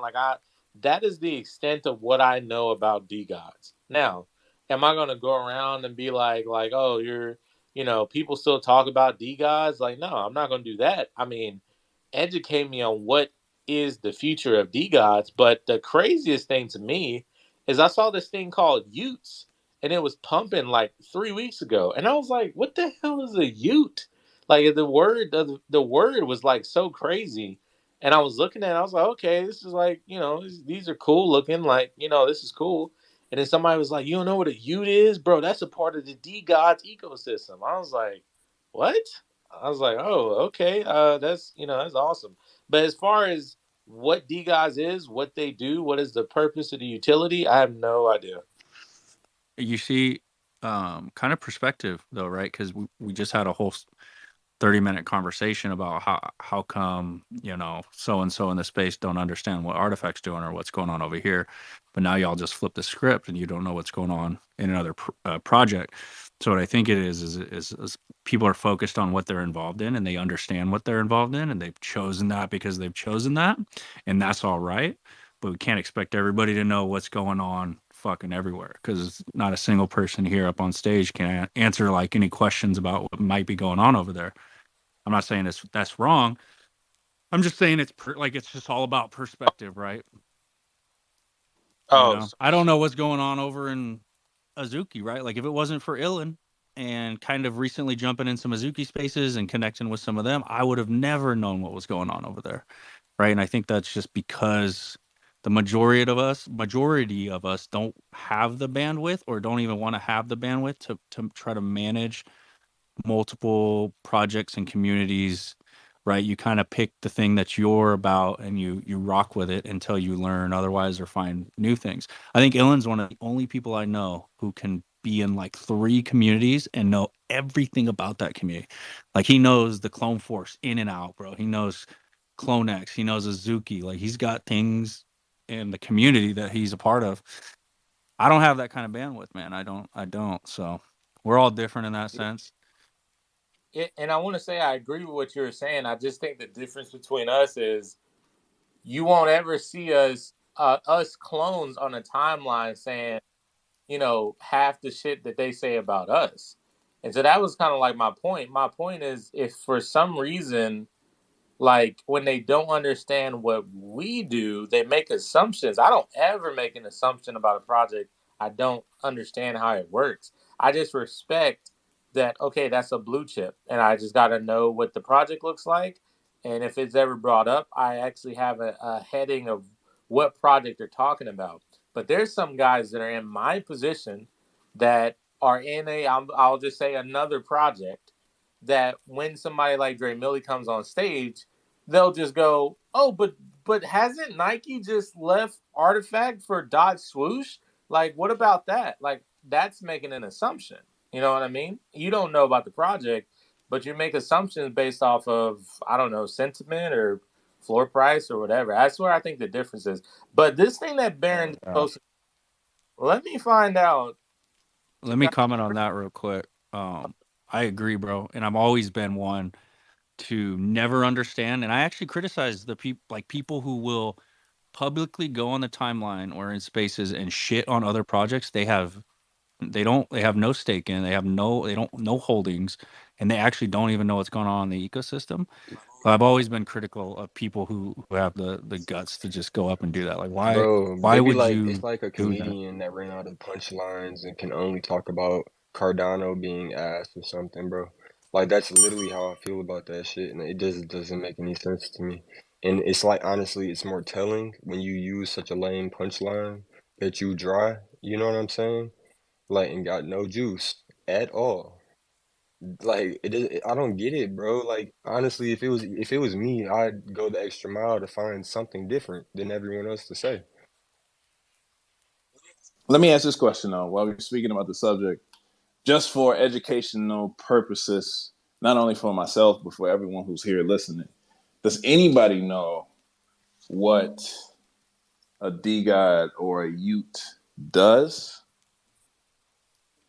I And if seen so, could get they people into the Our help best bet parties us? or is something. Like you can get in the party with it or something like that, right? I think. our best bet is I Mr. hope. J. Nah, I Mr. know. Yo, so hold up real quick, because I actually like Frank a lot. He's a fellow. So I mean, like I'm lucky. Sorry, I jumped up here. I've been busy with work this week. I haven't been able to speak much, but caught myself a little free time here. It's Thursday afternoon. I'm about to go play some golf later. But I'm lucky to have like to be out in some other like, Twitter groups with like a bunch of different random holders. Just 'cause, like, dude, like friends and groups. There's like a brown DAO, like a bunch of like us brown folks in a group chat, and there's like you got D Gods, Utes, Make, Azuki. There's like all so like it's actually like really nice to be in that group because like they're always talking about random shit.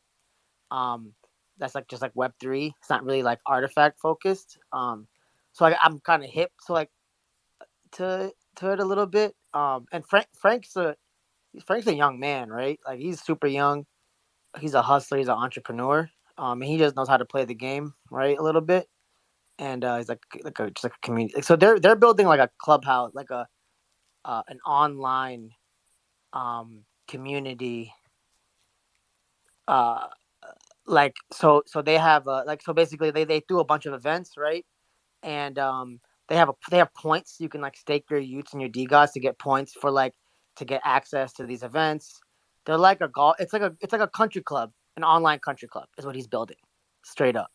That's what And so like yeah, so that's what he really wants to do, and he's got a bunch of activations like whether like his I saw him talking about like how he wants to have like ambassadors in every city.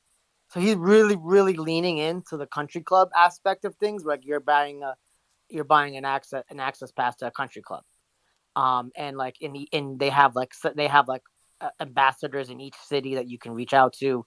They have parties and events, and then you're accessing the community and the network, right?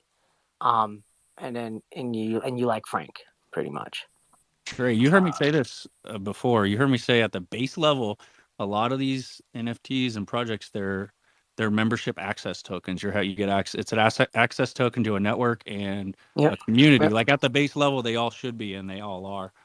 Yep. Um, so Exactly. that, And they do but have points though. that's all communities. Like They even have art. points too that you get for like partnerships and merch drops and events and whitelists. So that's his way to like his to like lead to like that in kind of innovation is that he's using his points as you accrue points, and then what Frank decides to do with the points, you can get cool stuff with it, basically. Um, and yeah, like he did a cool like innovation drop with like the Twitter thing where like if you connected your profile, like every Ute followed every Ute PFP holder, and then like it was like a one click type of thing. So like he's working on some dope stuff. Like he just knows how to play, right? Like he's active, he's in Discord, he's talking, like he's got a lot of energy, and I think people can get behind a founder like that. And thus you see the momentum that they've been having. So, okay. So now that we have that, a little information about what the project is, now let's go back to Dre Millie, your conversation on the space today. So now with that context, then yeah, it makes sense if the main innovation of your project is you're trying to be the digital Web3 country club, then yeah, you can't be silent. You have to be showing face. You have to be engaging. That's what you have to do. That your whole project is about getting your users access into, I'm assuming, IRL events and maybe whitelist, NFT projects. It's like a whole, so you there's no possible way if that is your project that you can go quiet. But what I don't understand, and I'm not, this is just, now that I've heard that, I sit back and I'm like, you know what? Never mind. It doesn't make sense. I have nothing negative to say about the project. They confuse the hell out of me when they're like, everybody should be doing this. Like, no, everybody should not be doing this. But your project founder needs to be doing that because of what your project is. That's where the shoe Bro, fits. The Shadow, shoe does not yes, exactly. fit that. You know? I was gonna say it's like they're not the same genre of project. In all honesty, in my opinion, the Utes and D Gods should almost be highlighting projects like Artifact, considering we have the backings of companies and franchises like Nike. Because if you really want to be putting your community into a niche ahead of the curve type of situation where you actually want representatives in all these different locations, meaning you value IRL experiences, then like why are And I know it's not just them, so I want to make that clear. Like, it's not just the D gods or anything. They just kind of got brought up. But it's like, why are these like supposedly like community leading NFT groups like not highlighting projects of value when they hop on stage, which is kind of where we started off with, for example, like how we said a clone hops on stage and all of a sudden there's a joke. It's like that doesn't make sense to me. And you're right. And then the Just crazy thing about PvP that, mentality. yeah, Just PvP in the space. People just find their clicks and it's PvP. It's just like part of the space.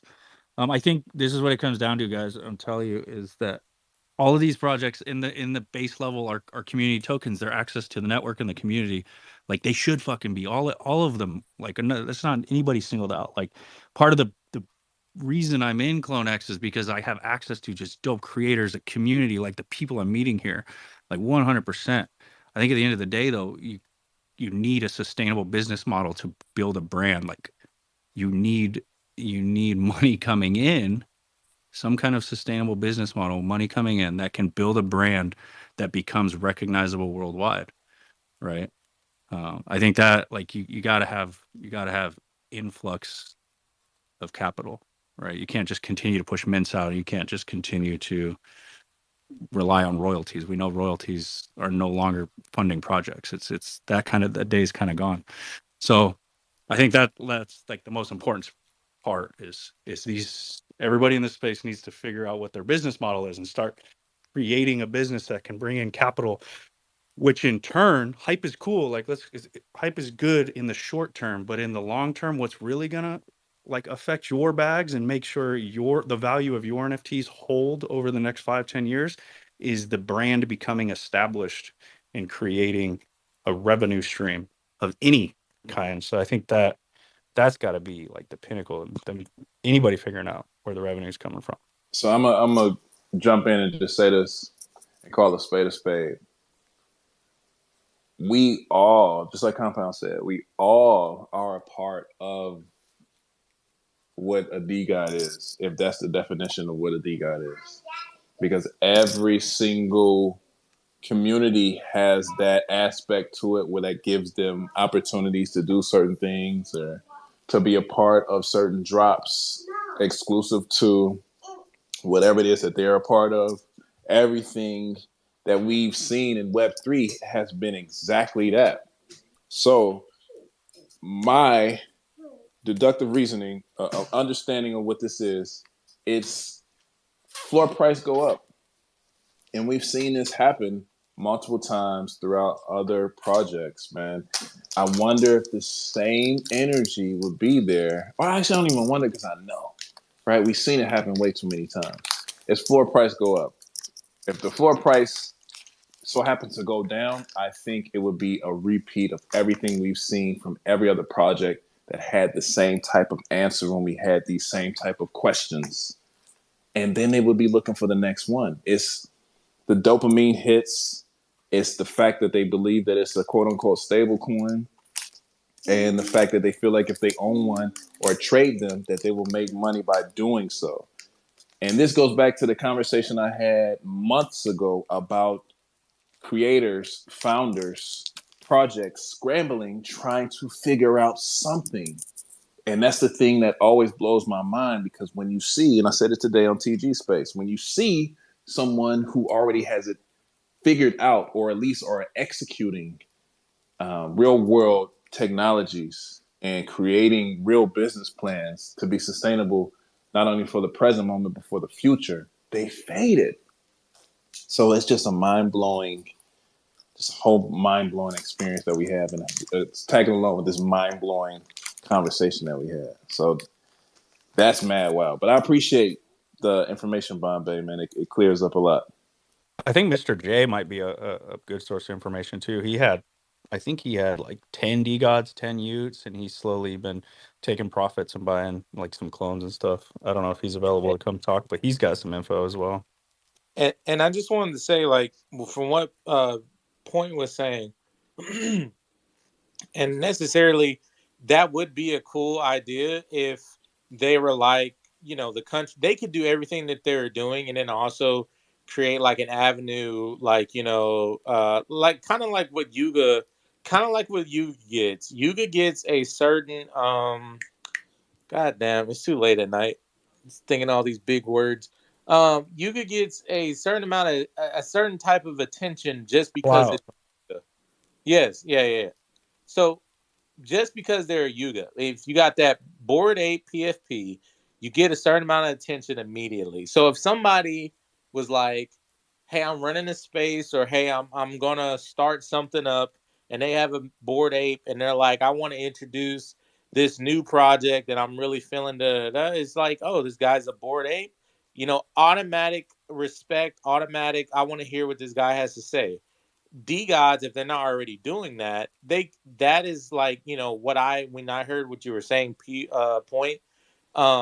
It's like not necessarily like they have to just lift up every community, but they can use that to their advantage. They're the country club. People are going to want to hear from the guys who are in the D gods, like and I get that. And what Dre Millie is saying is at the core of every NFT project is a membership, right? An access token. They're just magnifying and like triple folding on that narrative, and they've made that narrative. If this is true, I have to double check the facts, but if this is true, then that's cool. And but then it also makes sense of why their founder needs to be engaging. He needs to be a leader. He needs to be somebody that they're like, I want to have a beer with this guy. You know what I mean? That's what the project is. So, and again, I'm not upset or anything. It just kind of just clicked in my head. I was like, oh, well, if that's what it is, then yeah, all that stuff they were saying makes sense. But you can't be trying to put on the same Cinderella shoe on every single other project and be like, oh, the glass slipper don't fit. So you guys are going to zero because this shoe fits this and Pudgy Penguins and that's it. Those are the only things that are going up. I mean, hell, and I know Ilan. I've been seeing him, and I was more bullish on Azuki after Elemental drop, all because of the anime stuff. Because I know how big anime is. I mean, look up top. Takashi Murakami is talking about Jobless Reincarnate, which is an amazing anime. It just came back for season 2 after like a year hiatus. Um, and they're killing it. And he's talking about how he's enjoying watching it. It's taking him back to his high school days. Anime touches hearts, and anime is an amazing pastime. It creates conversations, it creates cosplayers, it has its own industry, and that's what Azuki's are trying to or they are going to be getting into. But oh no, floor price went down. Now all of a sudden, all that conviction that I had just disappeared because I was in there for the money. And there's nothing wrong with that. But then don't go run to because I saw a lot of I don't know these guys. I'm just speaking from what I saw. So just take that little bit of ignorance. I'm seeing these guys that I'm presuming they were long time Azuki holders. Where did all this FUD come from? Because it's like, yeah, you can not like the art, but nothing changed with their Azukis. I mean, I got the points that they were saying, and I was like, are y'all not bullish on? Dude, they're jumping into short story animes, and the next part of that is full story animes, and that's what my thing with like DGOS and Pudgies. I wonder to myself if they slip up or if they do something that you don't like, are you going to treat them the same? Because if so, man, then that's not a community because not everybody in the community is doing that. But that's just something that those guys need to look at themselves in the mirror and be like, it's not that these projects aren't building. It's not that these projects aren't going to quote unquote make it or that they're not here to stay.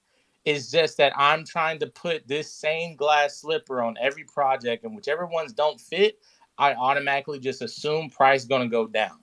But when it happens to the one that does fit, all of a sudden I'm a fudder and let me drop my bags and yeah, forget about D gods. Let me move on to this other project. It just, hey man, if I that's how. think I think a lot of it too, Shadow, is like the it was the execution of things. Because at the end, I mean, 90% of the people are here for the money. We are trading assets, right? Um, and you don't want to see the asset you buy go down in value, right?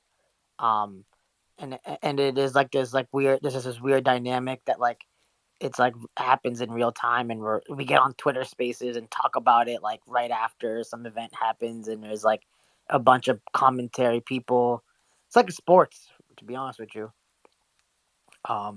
Because like after a sports game, people get on Twitter, and then you get ESPN talking about it, and then like this whole big dialogue discourse. Like one player has a bad game, and then they going crazy on that player. Right? We had a good season, we had a bad game, and then they lost the playoffs, and then they got bounced. Right? So I get it. I get it. Right? It's like the execution of it. Like it was like not putting the holders like first, right, and then uh, in the optics of it, like they could have done it different. Like they could have had the anime, everything could have changed, but they didn't have to like dilute the collection, right? Shadow, which Yeah, ultimately, and I am paraphrasing it. I know it is a lot deeper than that. I guess the point that I was just trying to make is just that I just hope that people now are what is the right word? I don't even know what the right word is. I don't want to say realizing the risk because I don't have any right to talk about that because I've never bought an NFT at that high of a price point. So I can agree with you, Bombay. Like if something like that, if I bought a clone at 10 ETH and then it drops down to 1.4, then yeah, I would definitely feel some type of way about it. But I would at the same time remember what I'm here for and what I'm getting into. Now, if you're not seeing that anymore, then definitely just leave and find a project that you feel is doing that. But the I mean that's just like kind of the side thing. The whole point was we have to realize as people in Web3 NFTs, every project is different. And that's just kind of like the core of what I was talking about. Azuki, anime, D Guys, Country Club, Pudgy Penguins, they're like killing it in the IRL toy industry. You have CloneX, luxury, fashion, shoes. Like we actually have quite a bit of few words under the belt and potentially Pokemon. We just got to understand what CloneX the is animus is. Renaissance, man. We Renaissance, Yeah, man. and so, That's why I categorize it as the culture because there's so many other subcategories of culture that you can put under that umbrella. But continue, Shadow. but no, yeah, and I'm just saying as a guy who is very picky about the projects that he chooses, and is fine with choosing a project that people will try to say is not going anywhere just because they don't like what the project's offering, but knowing full well they don't fully understand what the project is trying to offer is going to offer. I just I just wish and I hope that these guys and girls that are jumping from hype project to hype project, they eventually turn around and realize that it's not that the project that you were in were bad. It's just that you saw a wobble and you were like, oh, fuck this. Let me jump into a more quote unquote stable project. But none of these projects are a stable project. So why not just choose the project that you feel is actually working, actually innovating, and just go from there. You know what I mean? But, you know, I don't know. I just went on a rant there because I was just like, bro, if that's the case, because you got to understand, in this space that Dre Millie was in, their whole like, where are your founders at? And but Nike's kind of left you by the wayside.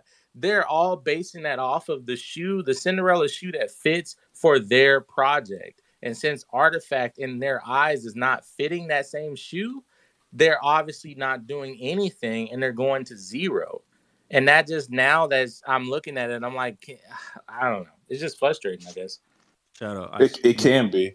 It can be if you let it. It's my bad, comp, but it just let me make this point too. It's not one size fits all. And I think that's the lesson that's being taught here slowly but surely.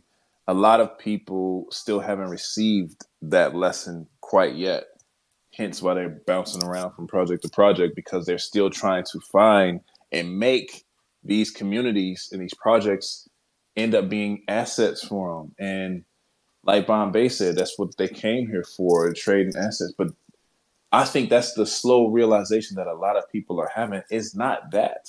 It's that was part of it initially because of the hype, the transformation or the people coming from DeFi over to NFTs and having that liquidity to charge this sector up. It seemed like that's what this was, but we're showing that and seeing that slowly but surely it's not that. That's why project to project to project, they're tanking, and people are bouncing around looking for that dopamine hit. That's a slow realization. You're not going to find these projects as being assets. It's going to be a select few. I say 3 if we lucky, to be honest, that survive through all of this and build to be worth anything. But this isn't that, man. This is holding different properties. This isn't DeFi. This isn't crypto. It's holding different properties. It's about the unification of community. It's about having true utility and not just floor price go up. It's about utilizing technologies that can help it be a sustainable business practice, and building from there and having communities like this, like us at Bad Take, to be able to hold individuals together where they can come and have conversations like this to help that same project or brand be built out. So it, Dre, everything you said is so spot on, and that's why I don't really trip over the social commentary, because we see the social commentary when they're talking about Artifact, but a lot of these guys, like, they make content about Web3. They talk about every project, right? So, but of course, we're gonna see the tweets that they talk about Artifact, and like they're on these spaces every day talking about all sorts of damn things, right? Moonbirds, doodles, bake, make, other side. So like we love Artifact so much that when it's Artifacts the subject they're talking about, we'll get it. And like we have a lot of creators and content, right? But like a lot of people will buy a U or a D God because they wanted to get into content creation about like Web3 content, like social, or just Web3 critiquing and what's going on and threads and stuff like that. Like that's a big lane, and so um like maybe we need more of that, like more like public facing, like people that rep clones that can talk right on a lot of these big spaces. um that's why I try to get out there and leap space as much as possible, and like bro, like the joke, they crack jokes all the time, so I wouldn't take it too personal. If we know what we got, like we chilling, bro. We got a dope asset. We know why we're here, and if we just it's got to spread the good word, and we be all right, bro. Like it's all Hey, good, you you said that know. perfectly, Bombay. Like they talk about everything, most definitely. I guess at if I had to say one thing, I wish that there was a little bit more credit when it came to what Artifact has done, because I noticed people do be a little bit like out the loop. Like once you tell them a few things, they're like, "Oh, wow, that's kind of cool." But the other point you made is really the hitter, bro. I mean, you hit bullseye with the dart. We need more clones with more opinions on stage. And like what Compound said about, it's kind of funny because, like, of course, I don't really agree with having drama to push narrative, you know what I'm saying? Push things, but like we do need people on stage when that drama going down. And that could be from them having solid commentary before the drama came about or being up there waiting for the drama to end. But definitely Yeah, there's a lot of like great community managers that are part of like other big projects that are like that are there, bro. Like Dem from Mizuki. Like if there's something that's going on, like he's in the space, like, and he's talking. So we definitely need that representation that goes beyond CloneX and Artifacts, so we can drop some knowledge and like spread that good us word. not even Yeah, talking about because artifact. we're in such a little bubble, bro. Like there's like maybe 500 people in Web3 right now. Like we need to make sure that everyone's hip to it. Y'all know, Just on that bubble, my bad, compound. Real quick, on the dot swoosh thing, bro. When I posted my renders of my clone holding the shoe on Instagram, bro, the amount of like not Web3 people that were like, "Are those the files? Is that what you got from that dot swoosh thing? Who's that character? Do I get a character?" I was like, God damn, like. I didn't think y'all was gonna eat it up like that, but nah, people are curious for sure. Dot swoosh doing their thing. yeah, no, brothers. Okay, I'll touch on 2 points. To Shadow's point, 90% of the time, the loudest like critiquers of other projects or fudders of other projects end up being the first motherfuckers that are selling their project when the floor starts to drop, or the shit starts to drop. They end up dumping, and they flip the switch so quick. That community they were a part of, all of a sudden they're the first one on the threads, putting on the timeline, putting out threads flooding that community as soon as there's any instance of the floor going down.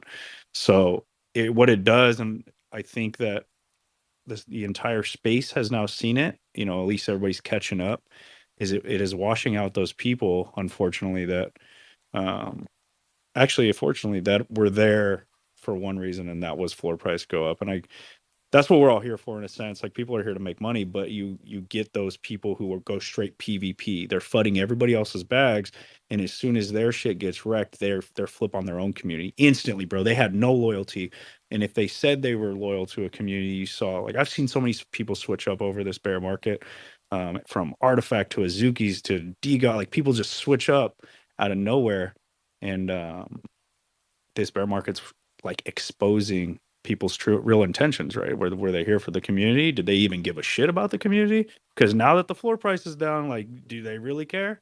And then to POV and Bombay's point, Dread Guy touched on it in his space. Dude, Twitter's such a fucking bubble. This is a small, like, and I know Benito says it all the time, but, like, guys, this is such a small aspect, Twitter, uh, in relation to the greater, like, actual picture, like the bigger picture. Like, our little bubble in Twitter is small compared to, like, what you're saying, Instagram, even Threads now. Whoever's over on Threads, Sophie holding it down for us over there. Um, just the greater picture of where Web3 can go and is going is a lot bigger than a lot of these Twitter spaces and in the timeline, right?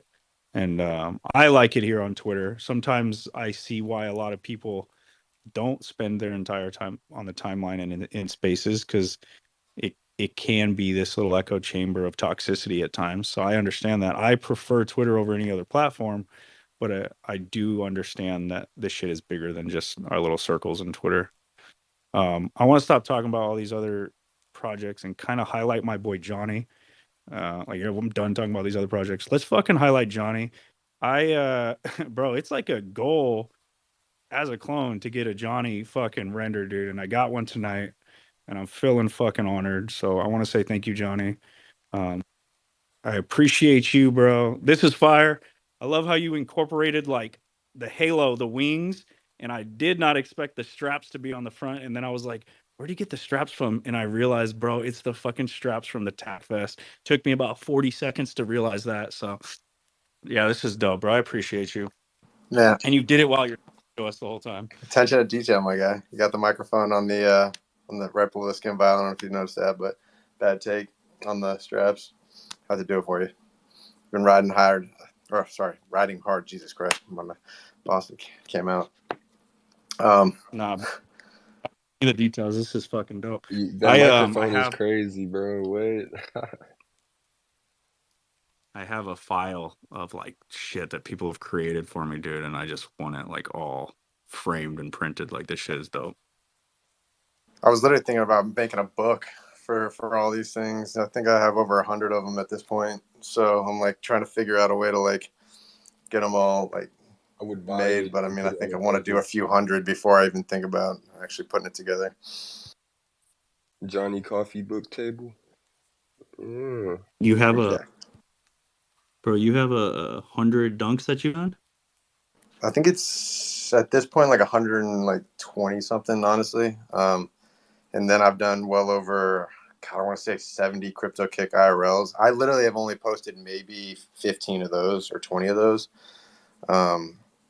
Yeah, I got some stashed away. I also got, like, dream collaboration designs already, like, locked away just in case, like, we ever get that skin vial or, get the opportunity to collaborate on. Obviously, the dunks, I didn't really go towards the crypto kick IRLs too heavy, just because I think that might just be like a standalone silhouette. But man, I'm super stoked to see if, like, Artifact end up bringing out their own, which I know they will. But I think that's what I'm excited for the most, is, like, their next shoe is going to be their own original, like, thought out, planned. So I think with that, skinning that one's going to be crazy. But yeah, nonstop every day.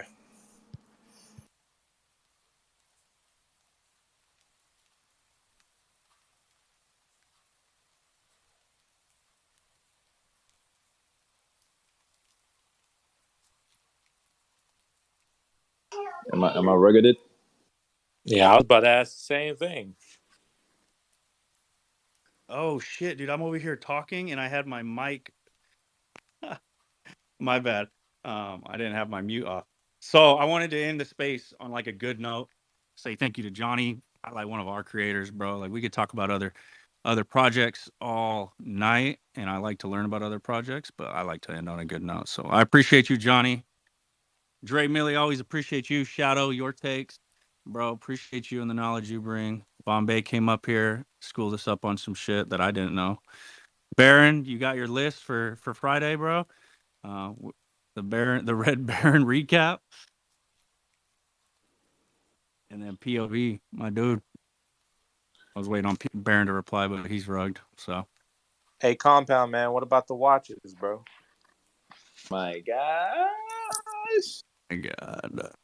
Yo, if anybody's listening, we do not put watches in the Monolith X. We don't want whatever Shadow's trying to push. We'll do Bro, watches. who's got the plug on vintage Nike watches though? That's what I'm trying to figure out. I'm trying to secure something, but these motherfuckers trying to charge me like an arm and a leg. So holla at me if you got the vintage Nike watch plug. Yo, Bombay, they don't want the watches, bro. He gonna rug it, bro. Every time watches come up, man. No, hold on. Nike never made any watches. What are you talking about?